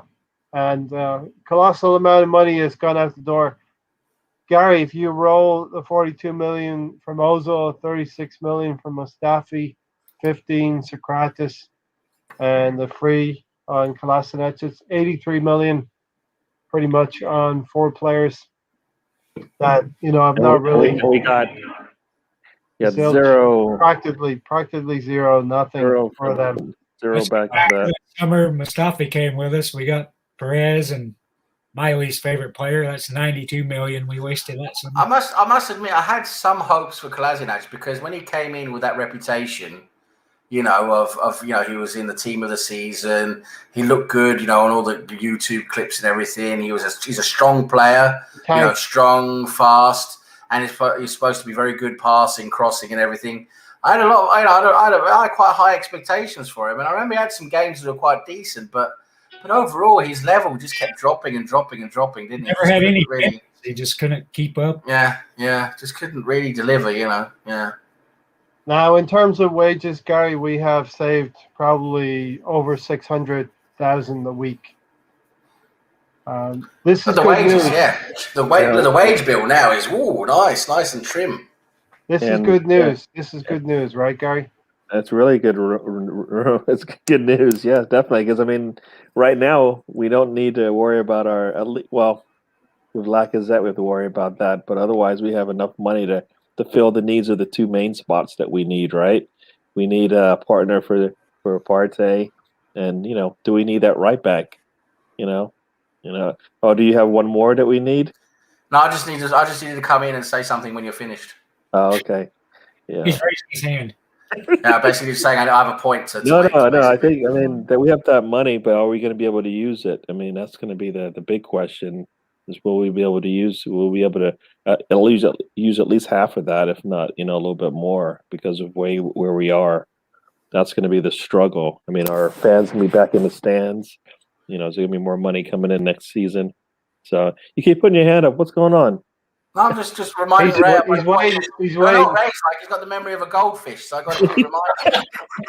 10 seconds. He just swims around. What just happened? Swims around. You don't know how difficult it is to pull all these levers back here. How hard it is. He's willing. Hopefully full-time job. We use the money wisely, but we know what we need. We should be lining up who we're bringing in when, right? We should hopefully. Lamptey and find me a center mid for a partner with Partey, and then we should be good, right? And then anybody else we get will just be a backup. Going from, and I'll get you in, Sam. Then, Gary, going from what we just talked about to where we are now, do you see a huge amount? Do you have a huge amount of encouragement from where we were to where we are now? I have some. I'm still a little skeptic, I guess. It's not gonna. Because like I said, I'm still surprised when they make these moves. I'm like, are they actually doing this, or are they just getting lucky? I don't know. I just feel like so far we've been lucky, at least with the way we're playing. But we knew we needed a goalkeeper. We needed somebody to rest in Mel Smith-Rowe. We did both of that. Yeah. The left back would have always been a problem because we needed somebody that could come in and play immediately, and was healthy. That seems to be the problem, and we can't bring somebody in that's healthy. We brought in We brought in 2 players, and one's not even healthy. So. Have you forgotten what you were going to say? No. We didn't go longer. Should I go longer? We're going to make 2 hours. It's okay. We're going to make 2 hours tonight. Yeah, okay, we'll do it. But we got out a lot of the deadwood now, and we've definitely freed up a lot of the wage. But interestingly, well, not interesting. It depends on how you look at it. But interestingly, or maybe we should be scared and worried. But did anyone see Amy Lawrence's? I think she tweeted from one of her latest articles in The Athletic. She tweeted about the details in the contracts of the squad now going forwards. And I think we've got, because we got these guys out, right? But now going into next season, we've got 15 players in our squad, in our entire squad, who either have 2 years or 2 years or less left on their contracts when we go into next season. A lot of work to do. So there's a lot of work to be done there. A lot of work to be done, and now we're going to see what Edu and his team are worth. Right now, it's going to be very interesting to see. I'll ask you the same question, Sam. Are you encouraged going from what we've talked about, leaving this window to where we are right now in the squad? Yeah, I mean, I think what Edu's done now and his team have done now is good. He's managed to finally get the deadwood out, a lot of it, and we'll see now what happens in the summer, if any more goes out, and what we're going to be bringing in. So far, I would say so far so good. Since Raul's gone, his influence is out the door. I think Edu and his team have done quite well. Of course, there's still room for improvement, but overall quite well. So I was just saying there, we're going to see what they're worth now. Well, how good they are, because going into next season, there's 15 players on 2 years or less on their contracts. So now we're going to see what happens. It's going to be fun to see. Yeah. let me get Alonso in, because you've been in and out, Alonso. It's kind of like the transfer window. Lots of ins, and lots of outs. What was your impression on the transfer window, Alonso? I thought that we did all right. I think we got the kid from Real Madrid, who's can be good. Odegaard, yeah. Odegaard. And we got Matt Ryan, who of course is always hurt, right? So you can't go to transfer window without getting a player in return that's hurt. It's like, why has it always got to be like that? And I don't get it. Anyway, so I think next year our focus has got to be left back. Suarez is better, in my opinion, on the right. I think that he adds more. But thank God he's ambidextrous, right? So he can play those. He can play those.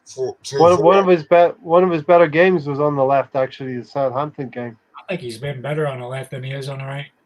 Yeah. Well, he can play both positions, right? So I think we just need one more fullback, if that was the case. And then and that's it. I think that we need to work on another striker for next year. Any kid here isn't going to cut it. Yeah. And I don't know about Balogun. Eddie and Nketiah is not going to cut it. As Sam has just highlighted, 15 players, Sam. 2 years out from there. Lots of negotiations need to carry on. The work has just begun. Colonel Mustard going to give Tony his say as well. Colonel Mustard and crew are on their way. And I think we've actually had a pretty good window.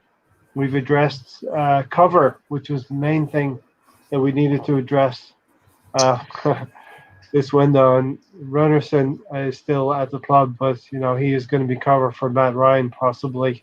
I have a question. Yeah. What's going on with Torreira? Is he coming back, or is he just a forgotten guy now? Who? Torreira. Lucas Torreira. We're moving him on, apparently. We're moving him on to Monaco. Yeah, to either Monaco or Fiorentino. Apparently, they're in for him. So yeah. But is that done deal, or it's not done deal now? Though, we're negotiating apparently. Yeah, so for the summer. I do think Guendouzi's future at the club has come to an end as well. I think that he's going to be in the shop window, and Torreira also. Tony, your thoughts on our window, the cover we got in, and the players that have said goodbye to us?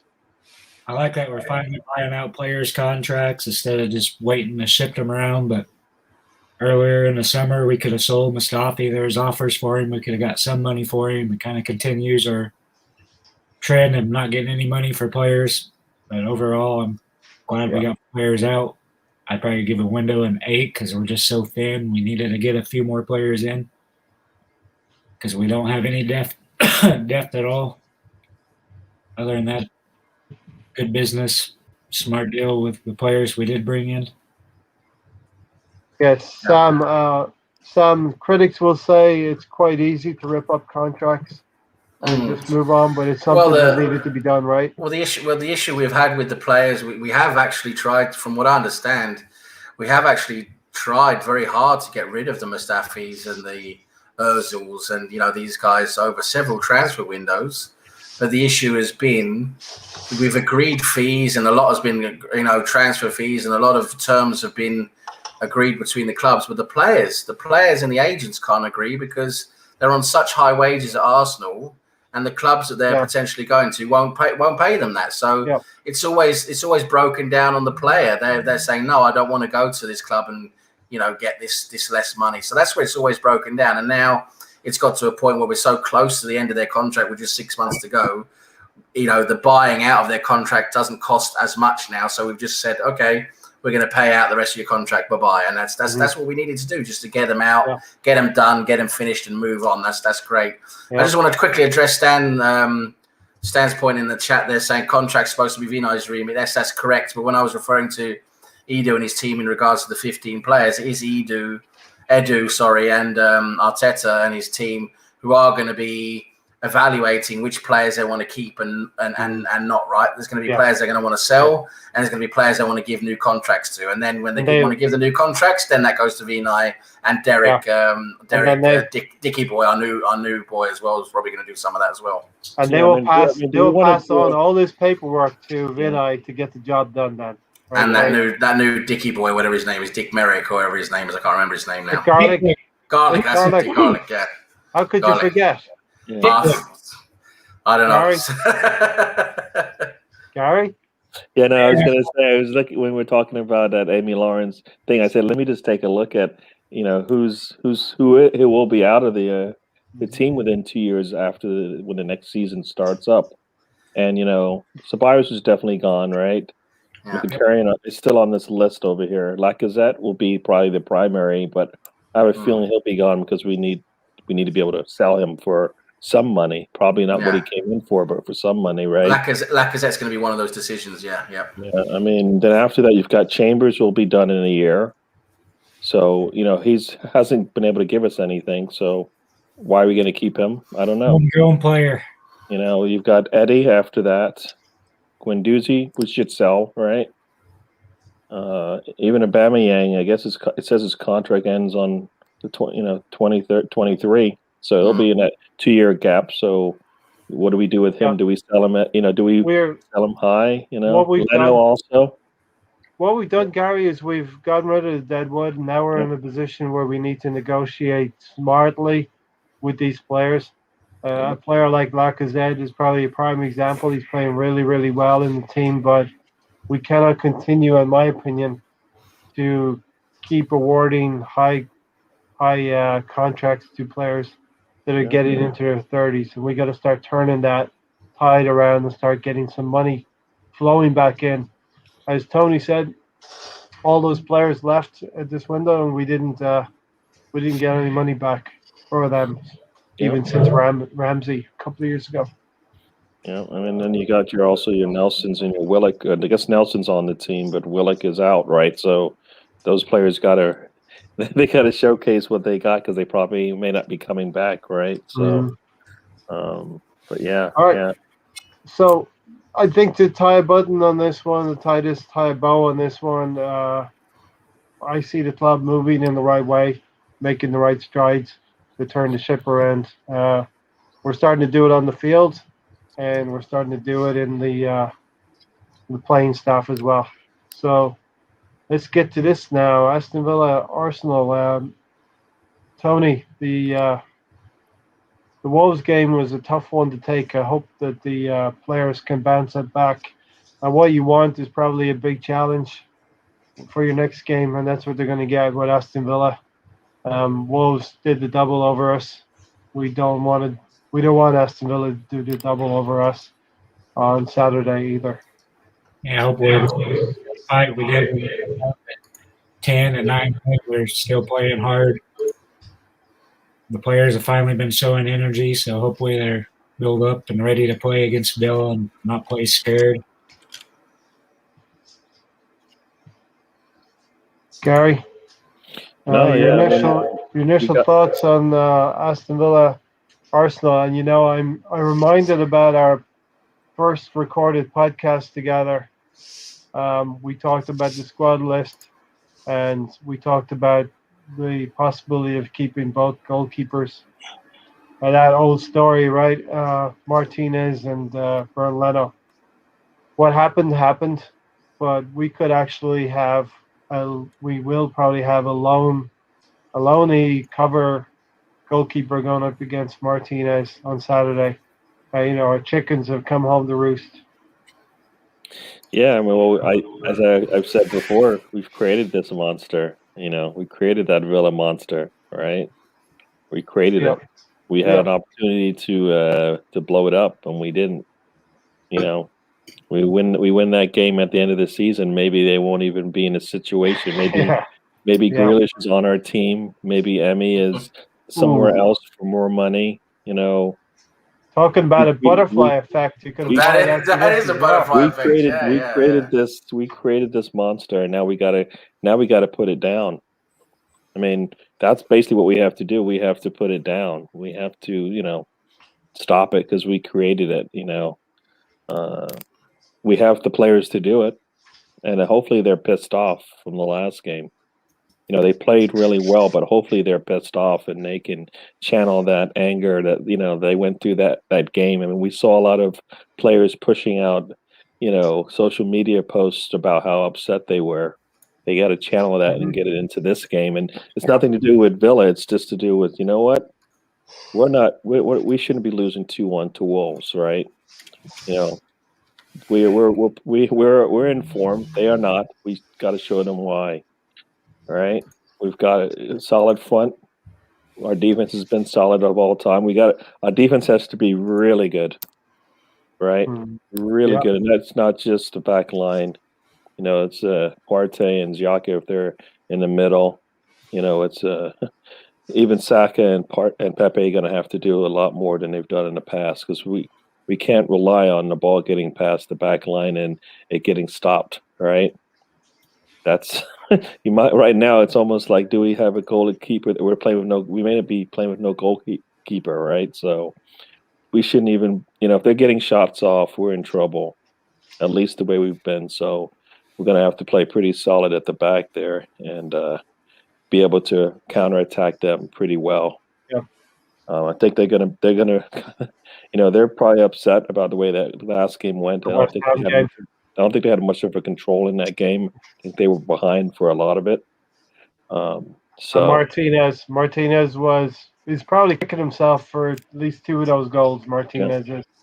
Yeah. So I think we, and they played if they look back at the last game against us, they're licking their fingers like, yeah, I'm ready. We're ready for this. So we got to show them why. No, that was a blip, right? Arteta made a mistake. I don't even think he made a mistake. I just think we came out of he made a mistake is the way we started that game, right? We came out pretty much snake bitten already and just in trouble from the get-go. Yeah, I'm thinking back to that Aston Villa game at the Emirates, and I've got to believe it's going to be a completely different game on Saturday. Alonso, I started out pessimistic about this game. I was taking Wolves, Aston Villa, and Leeds as a trio, and thinking we would get 4 or 5 points from those games. Well, we can only get 6 points from these next 2 games now. We lost against Wolves. Feeling a little bit more optimistic myself about the Aston Villa game, that we can come out and perform for a longer period of time than 40 minutes. What's your feeling on the game, Alonso? Like we all said that it's important that we take the first half of the Wolves game and use that as a positive because we could do it. We did it against Chelsea. We did it against our run.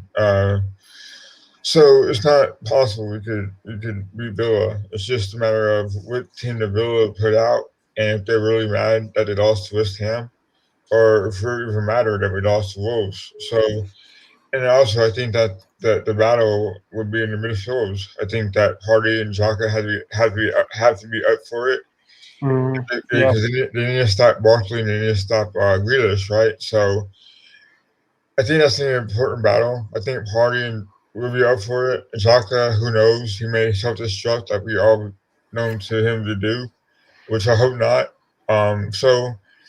And we also need 11 guys this time on the pitch playing together like we did before the Wolves game. I think that we had a lot of continuity with each other, with themselves. And I think there's we got one thing they don't have, I think, is speed. I think you have Saka and Pepe, who could probably out-dribble them, and Lacazette could hold the ball up. So, and even if Aubameyang can make a difference as well. So I think that we had an advantage, but then again, we said it last time, right? So I think we have to be focused, and they have to want to win too. And I think that Gabriel, I'm assuming he's going to start. They have to communicate better with Holden as well. They had to learn somehow. They had to learn a way to communicate. This is going to be a real test, Sam. As Alonso said, both teams coming off a loss, and we're going to see what Arsenal's made of. It's a real mental test for the team now to see if they're behind the manager, if they're up for it, going away from home again and playing a really, really good team. But I say a really, really good team. They have played 2 games less than us, but they're only like a couple of points ahead of us. We're quite close to them in the table. If we actually win this game, we could jump above them temporarily. Yeah, I mean, I think we've got what's required to beat them. I think if you look at that first half against Wolves, you know, if we can, like I said earlier, if we can replicate, you know, that or something close to that again against Aston Villa, I think we'll have a good chance of beating them. We definitely need to make sure we keep 11 players on the pitch, you know, so you've got to keep the fundamentals in place. Thing, right? Yeah, that's the goalkeeper's job. That's the first thing. And I just really hope, because now, of course, Leno is suspended, so I just really hope that Ryan is ready to go, because with Runarsson in goal, that might actually work against us, to be honest, because it wouldn't be good for the ticker. No, it's not gonna. What's gonna happen is it's not gonna breed any confidence in the defense. They're gonna be worried about him. It's gonna give their attack confidence because they know they just have to shoot at him and something's probably gonna go in. You know, it's not good. It really isn't good. And unfortunately, we don't have any alternatives because we've got a very young, 17-year-old backup to him again. I certainly wouldn't chance him as a debutant against Villa. So yeah, I just hope Matt Ryan makes it back in time. What I've been reading, he should hopefully be able to do it. Like you say, even if he's only 80 or 90% fit, just put him in goal. It's going to be better than Runarsson. Yeah. So apart from the Runarsson situation, I think we have the tools and we have what's needed to win. We just need to make sure, you know, we have the desire, we have the effort, we have the work, you know, the work rate that's there. And I think with the right players, again, in the right combination that we've been playing lately, we'll score goals. We can score goals, and we just need to make sure we do the job. Tony, as Sam said, make sure we do the job. We have to go up there and put in a controlled performance. Our possession stats need to be up there on Saturday morning. Saturday morning here, lunchtime in England. Yeah, I think we'd have to rely on our attack. Go at them, not really worry about it. Just go forward, those balls out, try to score as many as we can, and not worry about the goalkeeper. All right. So Gary, we're not going to do. We won't do predictions on this game. But how do you think the game's going to go? Okay, all right. We won't do predictions on this game, but how do you think the game's going to go? Well, how is it going to go? How's it going to go? Well, sounded good in my head, Sam. Yeah. Well, I think it might go Arsenal 3, Villa 1. I feel like, you know, the players, the front. If we play with the same front four, they're going to realize some of the opportunities they missed, and you know, hopefully they're a lot more clinical. And, you know, one of the things that I would like to see us do is in a game like this where we need it is to come out, you know, as fast as we can and try to jump on them pretty quickly and, you know, get a lead in that first 20 minutes or so, because that's usually what we did in the last game. And as far as putting a lot of pressure on them, in the first 15 minutes of that game, we didn't score. We should have. And that gave, then we had a little dip there, and then we were able to score. But I feel like this is one of those games where they're going to be expecting one thing, and I think we need to come out and probably smack them in the mouth a little bit, right? By the time they look up, we've already got a goal. So that's kind of where we want to be in this game, because no matter who's playing a goal, they're not going to be 100% fit or 100% a Premier League goaler. Yeah. So, we just, we need to be able to. Our strength this weekend has to be with that front four and Partey kind of, pushing them along. Well, one thing I think, looking at the remaining games of the season, we need to look for in the team is that responsibility on the players on the pitch. To take on the responsibility of what's needed for a successful team to manage games by themselves and not let circumstances like Wolves go against us, as it were. We're going to go through the rest of the Premier League games. Did anyone have the Aston Villa Arsenal as their upset pick? Because we're going to do upsets. No, I didn't think so. Sam, start us off on Burnley versus Brighton. Brighton, since Sunday, they've been electric. They beat Spurs and they beat Liverpool. Yeah, Brighton are finding some form now at the moment. They're playing away at Burnley. Burnley, they're still a tough team, I think I can see more of a draw in that game, to be honest. I think there's going to be a draw. And we're going to get through this quickly, so I'm not going to go on. This is kind of a dead rubber game unless anyone else wants to jump in on Burnley-Brighton. No, it's not exciting, right? It's not an exciting game for me on a Saturday morning. Alonso, Newcastle at home to Southampton. We're going to hopefully get to see Joe Willock. And dare I say, Craig Pawson is going to take that game as well. Newcastle, Southampton. So Joe Willock will probably get sent off. I think that I think it'll be a draw. I think it'll be a 2-2 draw. And I don't know. I think that Joe Willock will score this game, so we'll do a Walcott. I just got to get this comment in here. Stefan said, Ray, I predicted Man United would score 9. I want to see. Yeah, I want to see that betting slip. Yeah. I highly doubt that, but Stefan, I don't know. He's joshing me, I think, Tony. Newcastle versus Southampton, Tony. Southampton are sliding a little bit, and I think Newcastle have been playing pretty well. They beat Everton last Saturday. Yeah, I think Newcastle probably ends up winning it 2-1. Who? Newcastle? Yeah. Yeah, and just in time, Gary, Steve Bruce might just be saving his job there. Yeah, I mean, both teams are kind of on the same form, except for Southampton's been on a continuous 4-game losing streak. So yeah, one sliding, the other's rising a little bit, but they're about at the same level. Yeah, they're on the same level. So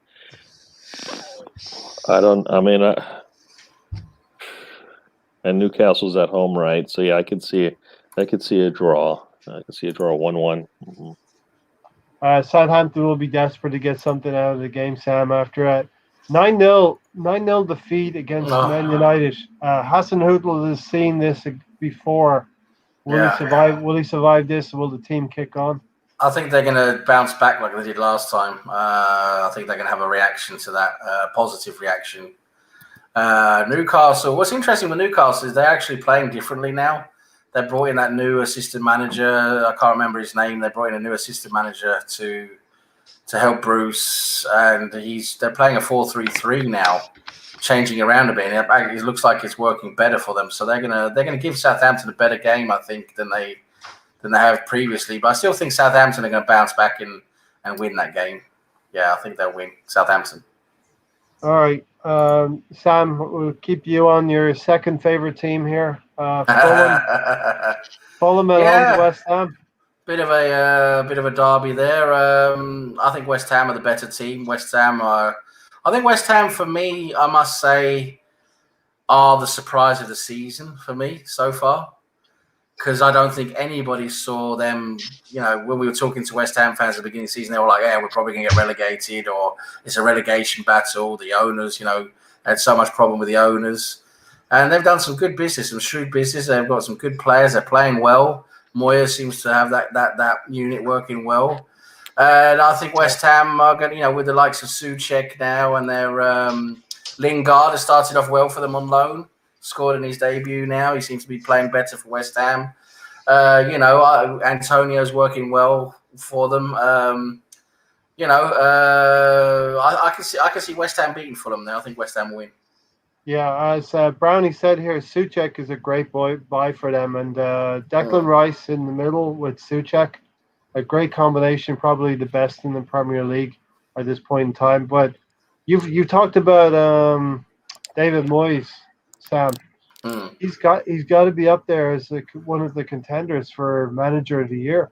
I would say so in terms of expectations and what everyone thought before the start of the season. He's got to be up there. Unfortunately, it very rarely goes to a manager outside the one that wins the league. Rarely, but he should be one of the candidates for sure. And like I said, for me, West Ham are the team of the surprise of the season for me. I'll be very interested to talk to Charlie again when we get the return fixture with West Ham. Exactly, we should get that done. That would be good, yeah. Yeah, he'll be able to tell us. I mean, I've been keeping an eye on West Ham because I really enjoyed talking to Charlie. That was the second game of our season where we scraped by West Ham. They're expecting us to slap them right after the Fulham game, and they're expecting us to really slap them up, and we were expecting to do the same. And then they gave us a really good game, and they sort of built on from there. And that's where we saw the start of the West Ham team. They played a lot better than what we thought. Yep. Alonso, Fulham versus West Ham. Scotty Parker's done a pretty good job for Fulham as well. Yeah, and football captain, right? So it's not he hasn't done a bad job, but I would never forgive him for going to Spurs. So whatever. Of course. So in a way, it's funny Compliment because withdrawn. So I've never been one to hate West Ham. I've always respected them, and I always kind of liked them for some reason, other than Arsenal, of course. But they've done a pretty good job. Like Sam was saying, that David Moyes, he was never a bad coach, in my opinion. Even though he had that raw deal with Manchester United, he never really got a chance to build his team around. So, but the job he's done with West Ham has been pretty well. That being said, I think that this score will be maybe 2-1 to the Hammers. Yeah. I remember I like West Ham as well, but I remember going to Upton Park. I think it was the last game that West Ham played against Arsenal at Upton Park. I think it was a 2-2 draw. And I remember feeling quite bad on that day because Alexis Sanchez, I think, had scored 2 goals. And I think it was it, I don't know who it was. What? Somebody scored a hat-trick. Was it that Geordie guy that plays in Newcastle now? He played with Liverpool. Big tall guy. Forgotten his name. Oh, Andy Carroll. Andy Carroll. Did he play for West Ham? I think so. Yeah, he did. I think so. Didn't he had a period there, didn't he? Yeah. I think he did. I think I remember him scoring early to start the season. Yeah. I think he scored a couple of headers early, and I think we lost. We lost that game 3-2 or something like that. Yeah, bad memories of Upton Park at that time. Tony, Fulham versus West Ham, and we haven't hit any of our upset picks yet, right? Nope. Okay.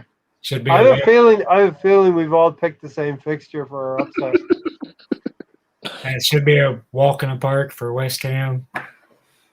Yeah, West Ham really have played well. Souček has taken to the league very, very well, and they're a team. Their fans didn't have expectations, and they're being pleasantly surprised. Arsenal fans have expectations, and we're being miserable for most of the season. So, perspective, people, perspective. Yeah, it was Andy Carroll, played for West Ham United. Thanks, Stefan.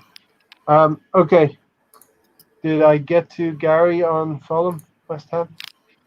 All right, Gary, let's have it. Yeah, man. Even though I think West Ham will win it, I kind of feel like this is the crazy season, right? So we always have a blip.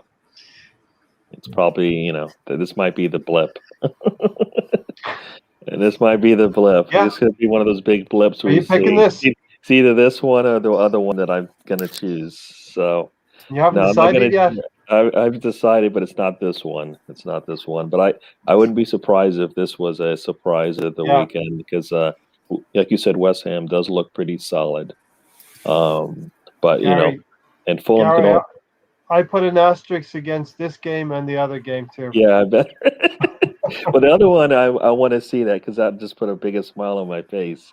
So yes, but, I know which one you're going for. So this one, I think West Ham will win it 2-1. But as I said, there's always a blip, and this season has always been a big blip. We've seen it. We've seen everybody in that top 7, 8 just lose one. You're like, what? Yeah. Okay, let's get on to the next fixture. Gary, Manchester United at home to Everton. Manchester United back on track? Question mark? Yeah, I think it's a question mark because I think even Everton looked good in their last game, right? So it's gonna be a good game. It's gonna be a good game. Yeah, I mean they both I think United has a more solid team all around, right? But I think Everton has some those two guys up top that can kind of put a lot of pressure on them. So it could be I could see like a 3-2 game, United. But yeah, we're good on time, Tony. We're over 2 hours. It's all good. Paul Robertson got a couple. Yeah. So Sam, of course we're going to watch the Arsenal game, first game on Saturday, but the last game on Saturday is going to be a good one. Manchester United versus Everton. Yeah, it's going to be quite a closely contested game, I think, because Everton are finding a little bit of form again now. It's a tough game to call, really. I can see Everton getting something out of that game. I can also see United getting something out of it. So maybe a draw is a better result there in my books. I think maybe that'll be a draw.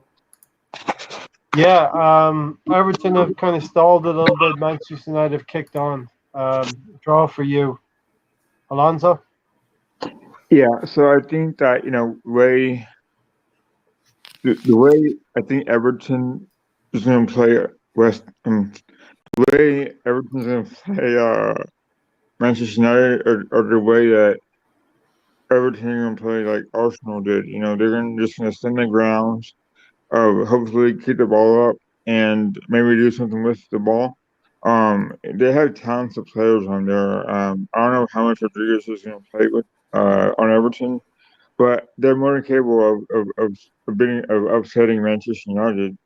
Yeah, they are. I'm gonna say it that this is not upset special.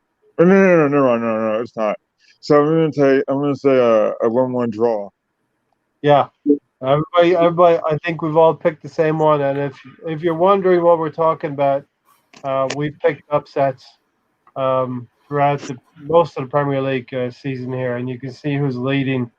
Tony and Gary leading. Sam is quite close. The points differential the placing differential between the teams is the points. You get the full points if the team wins. You get half the points if it's a draw. So you can see Alonso, Darren, and myself have some work to do. Brownie did bet with me a friendly bet that Everton would finish above Arsenal, and it's quite close, I would have to say, Brownie. There's not too much distance between the two of us, between Everton and Arsenal. Everton's on 36 points, and we're on 31 points, but Everton have a couple of games in hand. I hope Everton win on Saturday. I don't know what's going to happen, but I hope they win. Tony? Best result for us would be a draw. I have a feeling it's going to be 2-1 Everton, like Darren put up there earlier. Right. Kick us on with the first game on Sunday, Tottenham versus West Brom. And I didn't see the game today. How did Tottenham play? They weren't that great, were they? No, they weren't very good. So Mourinho and Tottenham are sliding. We're going to probably see the infighting come in somewhere here next few weeks.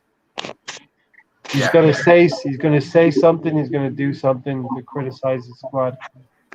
Sorry, Tony. Go ahead. Then he'll lose his dressing room and get sacked. Yeah, that's what I'm foreshadowing. That yes.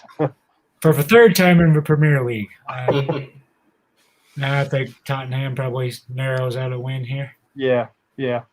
Gary, I mean, you can't see anything but probably a Tottenham win. We'd love to see Ainsley Maitland-Niles stick one in there, right? That would be nice. I mean, I think. Well, what's interesting is they're both on the same kind of bad form, but I think Tottenham just has a little too much. But it would be nice to see them slip because we need it. So this is one of those games where we actually do need them to slip. But I think it'll be Tottenham 1-0. Yeah. Sam? Yeah, I mean, I think, of course, we hate to say it, but realistically, when you're looking at the two sides, you've got to say Spurs are the favourites here. They should be winning. And if Jose Mourinho loses and his team loses at home to Big Sam Allardyce and the West Brom, who have had a shocking start to his tenure, I mean, if they lose at home against Sam Allardyce, that's going to be really tough for the Tottenham fans and the Tottenham board to take. So. I think Spurs are going to win this one. I was listening to one of the podcasts, and one of the Spurs fans was talking about, maybe it's time for Harry Redknapp to come in and maybe help them out. Yeah, and everybody on the panel everybody on the panel was like, "You're already giving up on him." Funny you should say that, Gary, because I had the echoes of Harry Redknapp on the Sky Sports transfer desk, and he was like, Big Sam's done okay. He's got himself 5 players, He's giving it a go. And wouldn't it be so funny if Ainsley Maitland-Niles went back to North London and scored the winning goal to beat Tottenham? That would be pure theatre. We sent out our moles, so yeah, why not? Yep. Alonso, what's your take on it? So I want to give you guys a take, all right? So I think this is what happened. And you guys can laugh, of course. But I think that Maitland-Niles is going to score, right? But not only score, but assist to our favorite Arsenal left back ever, and that is Kieran Gibbs. Well, Kieran Tierney's our favorite ever right now. Oh no! Well, okay, second ever. I know. So 2-0 West Brom then. The goals Maitland-Niles and Gibbs. Their back line is that's where their strength is. Can't beat it with 2 fullbacks or whatever it'll be. Tony, you're left now, but it's gonna happen. That would be amazing. Tony, Tottenham, West Brom. I already said Tottenham would squeak it out. All right. Wolves versus Leicester. I think Wolves playing at home. I think I'll pull off the upset. Ooh, yeah. That's a tough one, Gary. Wolves versus Leicester. I rate Leicester. I think they'll kick on again. I don't know what the situation is with Vardy. Is he injured? Is he out? What they're going to struggle without Vardy, but Wolves got the win against Arsenal. They might feel confident again. Well, I think they're at least for me, I feel like they're both scrappy teams. They're both missing one of their frontline players. So I feel like it's going to be a good game. I mean, I kind of more see a draw than I see one of them pulling away because, especially the fact that Wolves just had this last game where they had some scores from people they weren't expecting, right? And then so they're coming in on a high, and Leicester, like you said, Vardy's probably not going to be there, so they're still missing their lead man. So I think that's going to be who's home on this one? Wolves. So yeah, I'm going with a draw for this one. Surprise draw. Yeah. Of course, Sam, Leicester had that shock defeat against Leeds last Sunday as well. Yeah, I mean, but overall they've been quite strong lately, Leicester. I mean, I think they could be maybe a bit too strong for Wolves, but then again, Wolves will probably have a bit more confidence now after beating us. Probably they might, find some form again now. But overall, I agree with Gary. Actually, I can see a draw in this game, to be honest. Mm-hmm. Alonso? Yeah, I mean, like the guys were saying before, they both missing their top strikers, and so I think that it'd be a wide open game. I think that you may see a defender scoring off a set piece. But I think it'd be a tight game. I think I'd go a draw, a 2-2 draw. All right, Tony, did I get to you on this one? Yep, I picked the upset, Wolves winning at home. All right, big one. Alonso, I'll start you off on the big one. Liverpool versus City. Liverpool, they won the league at a canter. They didn't have any pressure last season. This season they've had injuries have plagued them, but they haven't been good enough either. And Brighton beat them recently. So for me, I don't see Liverpool winning this game. They need to, but I don't see them winning this game, Alonso. I don't either. But they did get reinforcements in the window. Now whether or not they're good enough in the Premier League is remains to be seen. But there's not to say that Man City can also slip up as well. I mean, they've had their struggles too, but they're also on fire right now, and they seem like they seem the favorites to win the Premier League right now, right? So, I think Manchester City will win this game, but I think it's a tie game. I think it'll be a 2-1 win for Manchester City. 2-1 for Manchester City. Tony? I think it'd be a close game, but I think City wins and they start pulling off ahead of other teams. Second to 13th, 14th, that'd be a crapshoot. And City's going to walk away with the league. And I think you predicted at the beginning of the season the City would win the league, right? Yep. Gary, he's pretty good at predicting these things. Shout out to Cheddars. Without him and his Wolves or nothing, Leicester to win 2-0. Gary? Yeah, no, I mean, I saw some of the. I thought Leicester was scrappy against us when they were down when Vardy was out. So that to me would be a scrappy. That's kind of what I've. They're one of those teams. Leicester are the kind of team that I want Arsenal to get to. We should have been that way against Wolves. Gritty, tough, hang in there and do the dirty things and like doing the dirty work. And that's what Leicester are right now. Yeah, and I think in the big game, as Stan says, he's standing. As Klopp can now smell his own farts. So I think this is. I think Man City has been playing pretty well, and I don't see anything that's going to stop them from Liverpool this weekend. Is he smelling? Liverpool is home, and I think have they lost? They've lost 2 at home now, right? 2 in a row, yeah, 2 in a row. After going so long. Yeah, so I could see it being 3 really easily. I mean, and Guerrero is back, right? So now they've got they weren't struggling without him, but now they've got even more more depth. so that could be they could be in trouble. I don't. De Bruyne is not back for a while, right? He's still out. But they're not missing. I mean, this is the Liverpool that we saw in the beginning when they first lost Van Dijk, and we're like, how are they going to do it? And they were able to, go on a run of games, and then got another injury. Man City lost De Bruyne, and that's so far the only big injury I think they've had. So, I think Man City's going to win this one. I can see this one going. Wow, I think it's going 2-0 actually.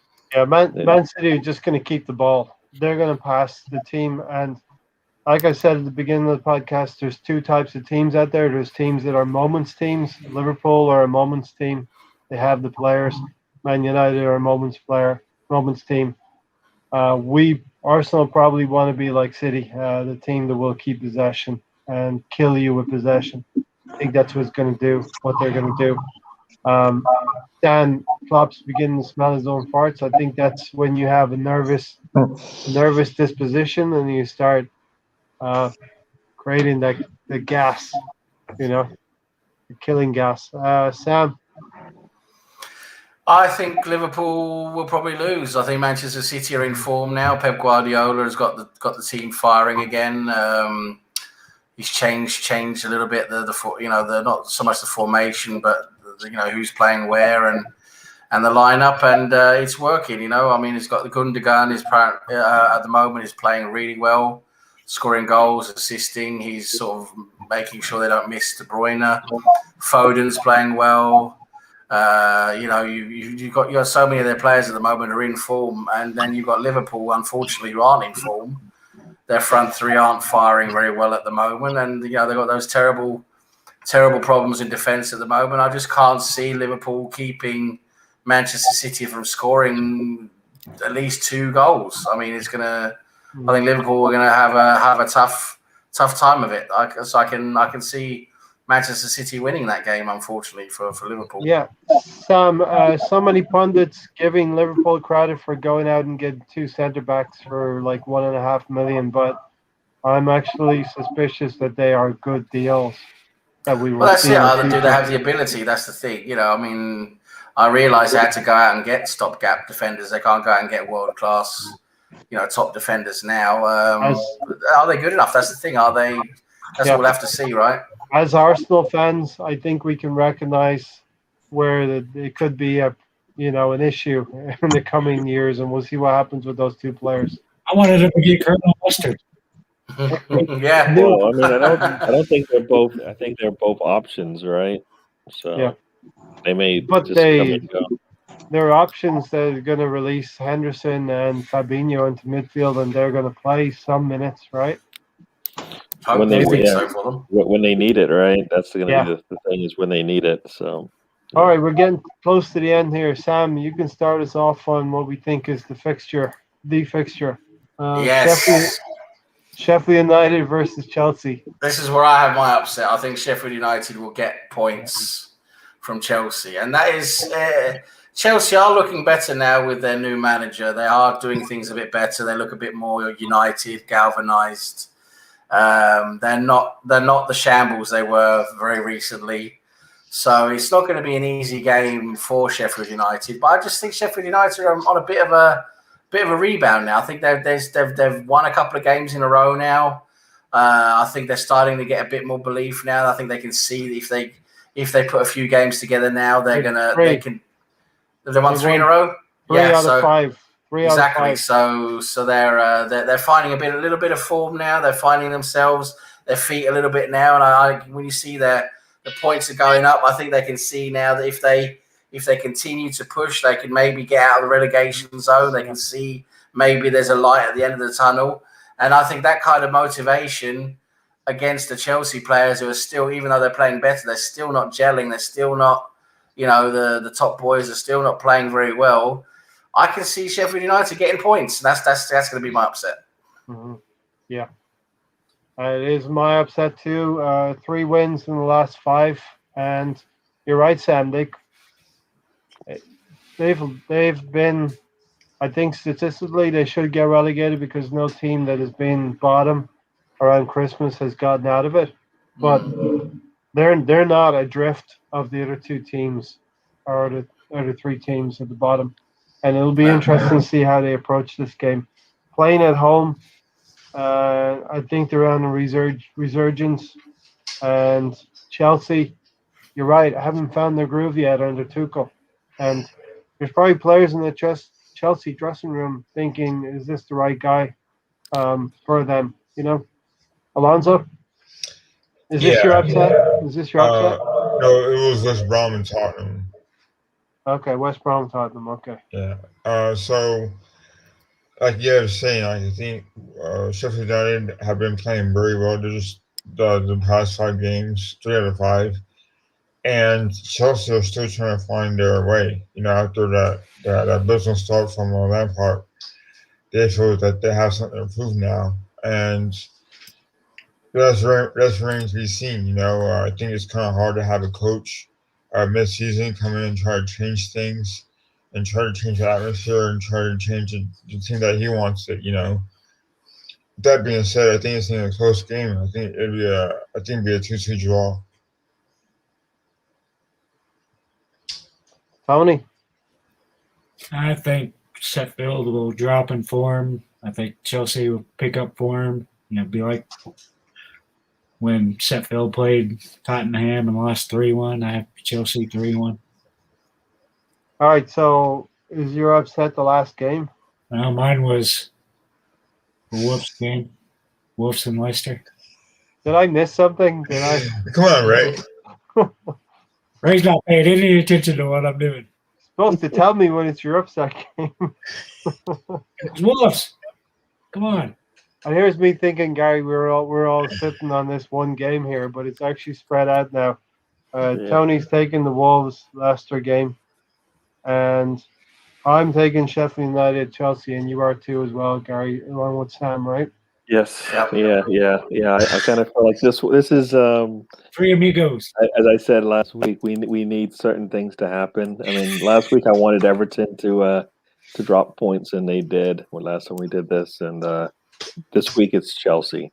So yes, they've got a new manager, but I think I just feel like they've got.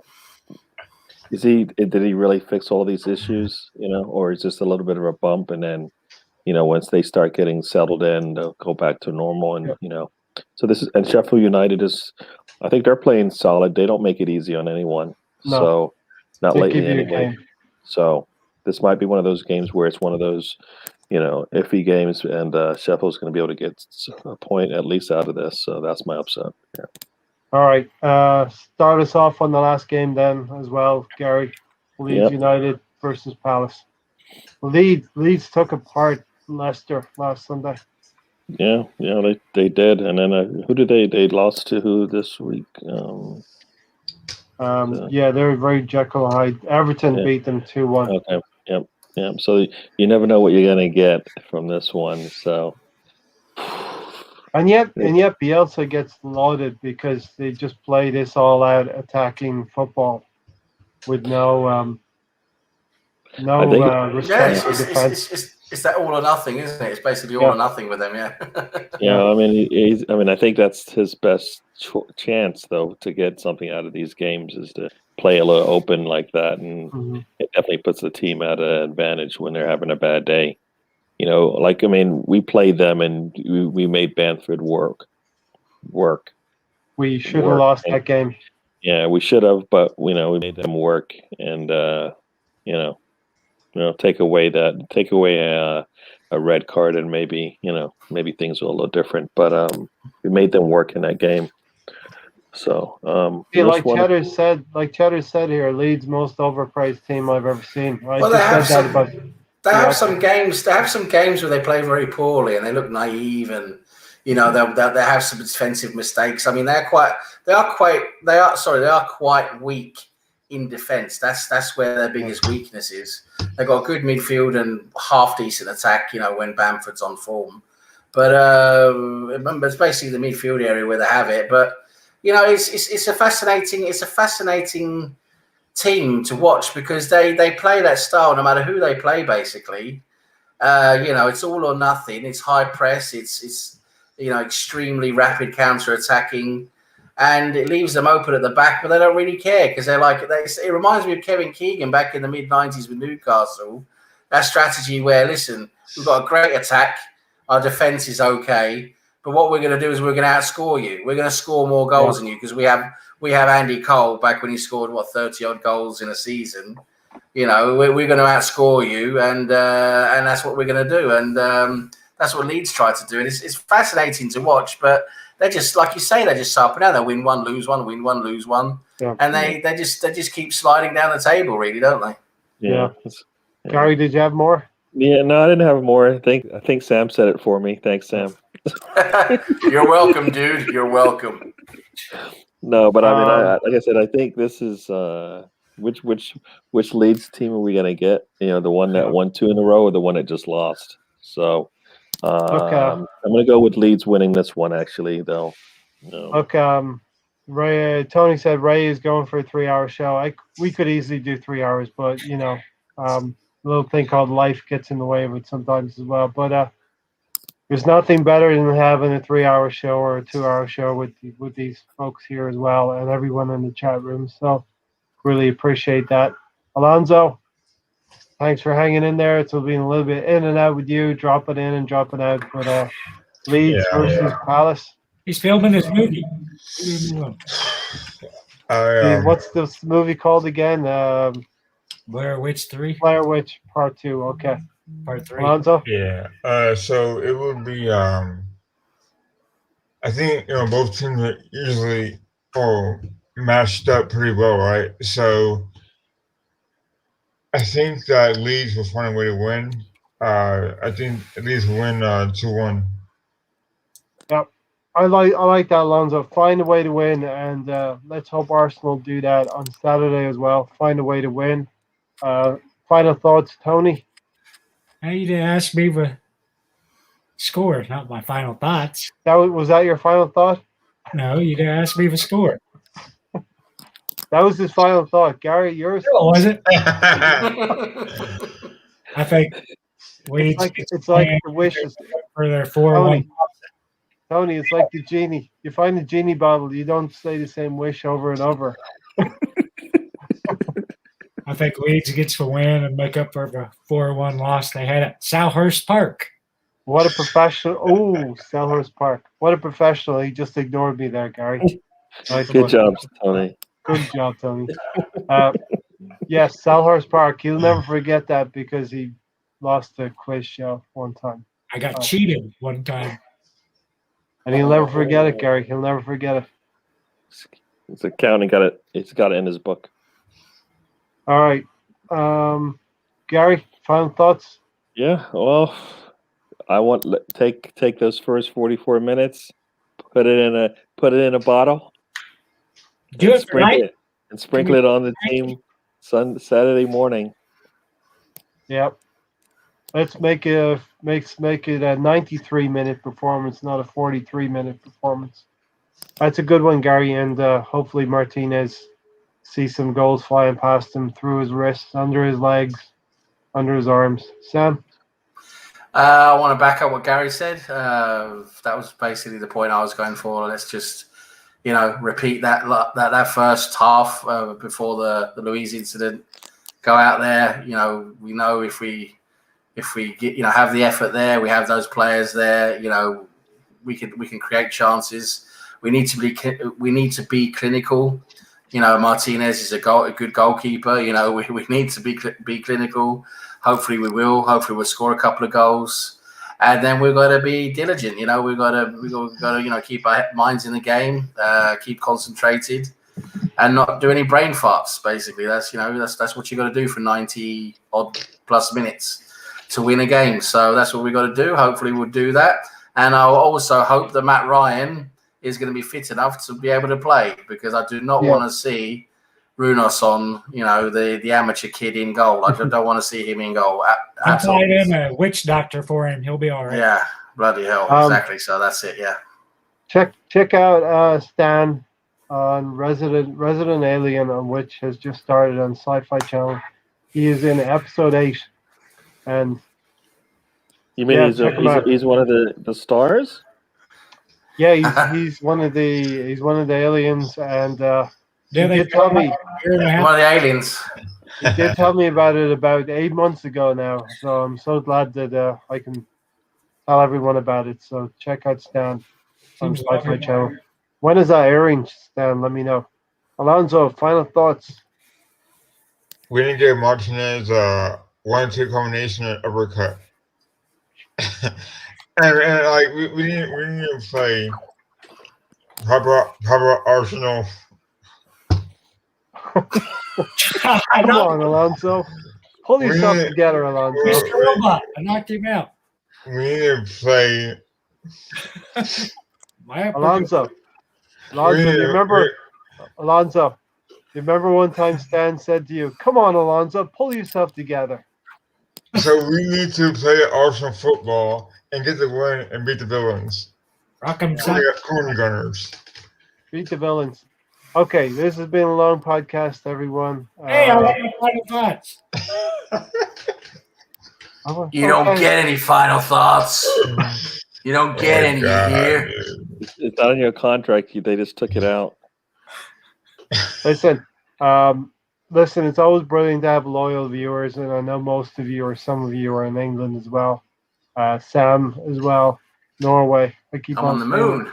It's amazing. Thanks for all the great comments here, Stan, Stefan. Tony, you will get the last word. Go. I think we have to get a witch doctor in for Ryan. I hope we have Pepe, Laka, and Saka. I think we'll go for the throats. I won't be surprised if we finally get our 3 goals in the first half. I think we'll get 4-0 win, and we'll get to see Stan as the Arsenal luchador. Luchador's got to come on. That means a 4-0 win, and we'll see what happens. 2.5 hours. It's Tony's got nothing to for go you, to the Ray. bathroom. It's nothing for you, Ray. Tony's got to go to the bathroom. Tony's gonna go to a penalty box. Haven't you made that wheelchair into a toilet yet? It'll save you a lot of time. They make them like that. Yeah.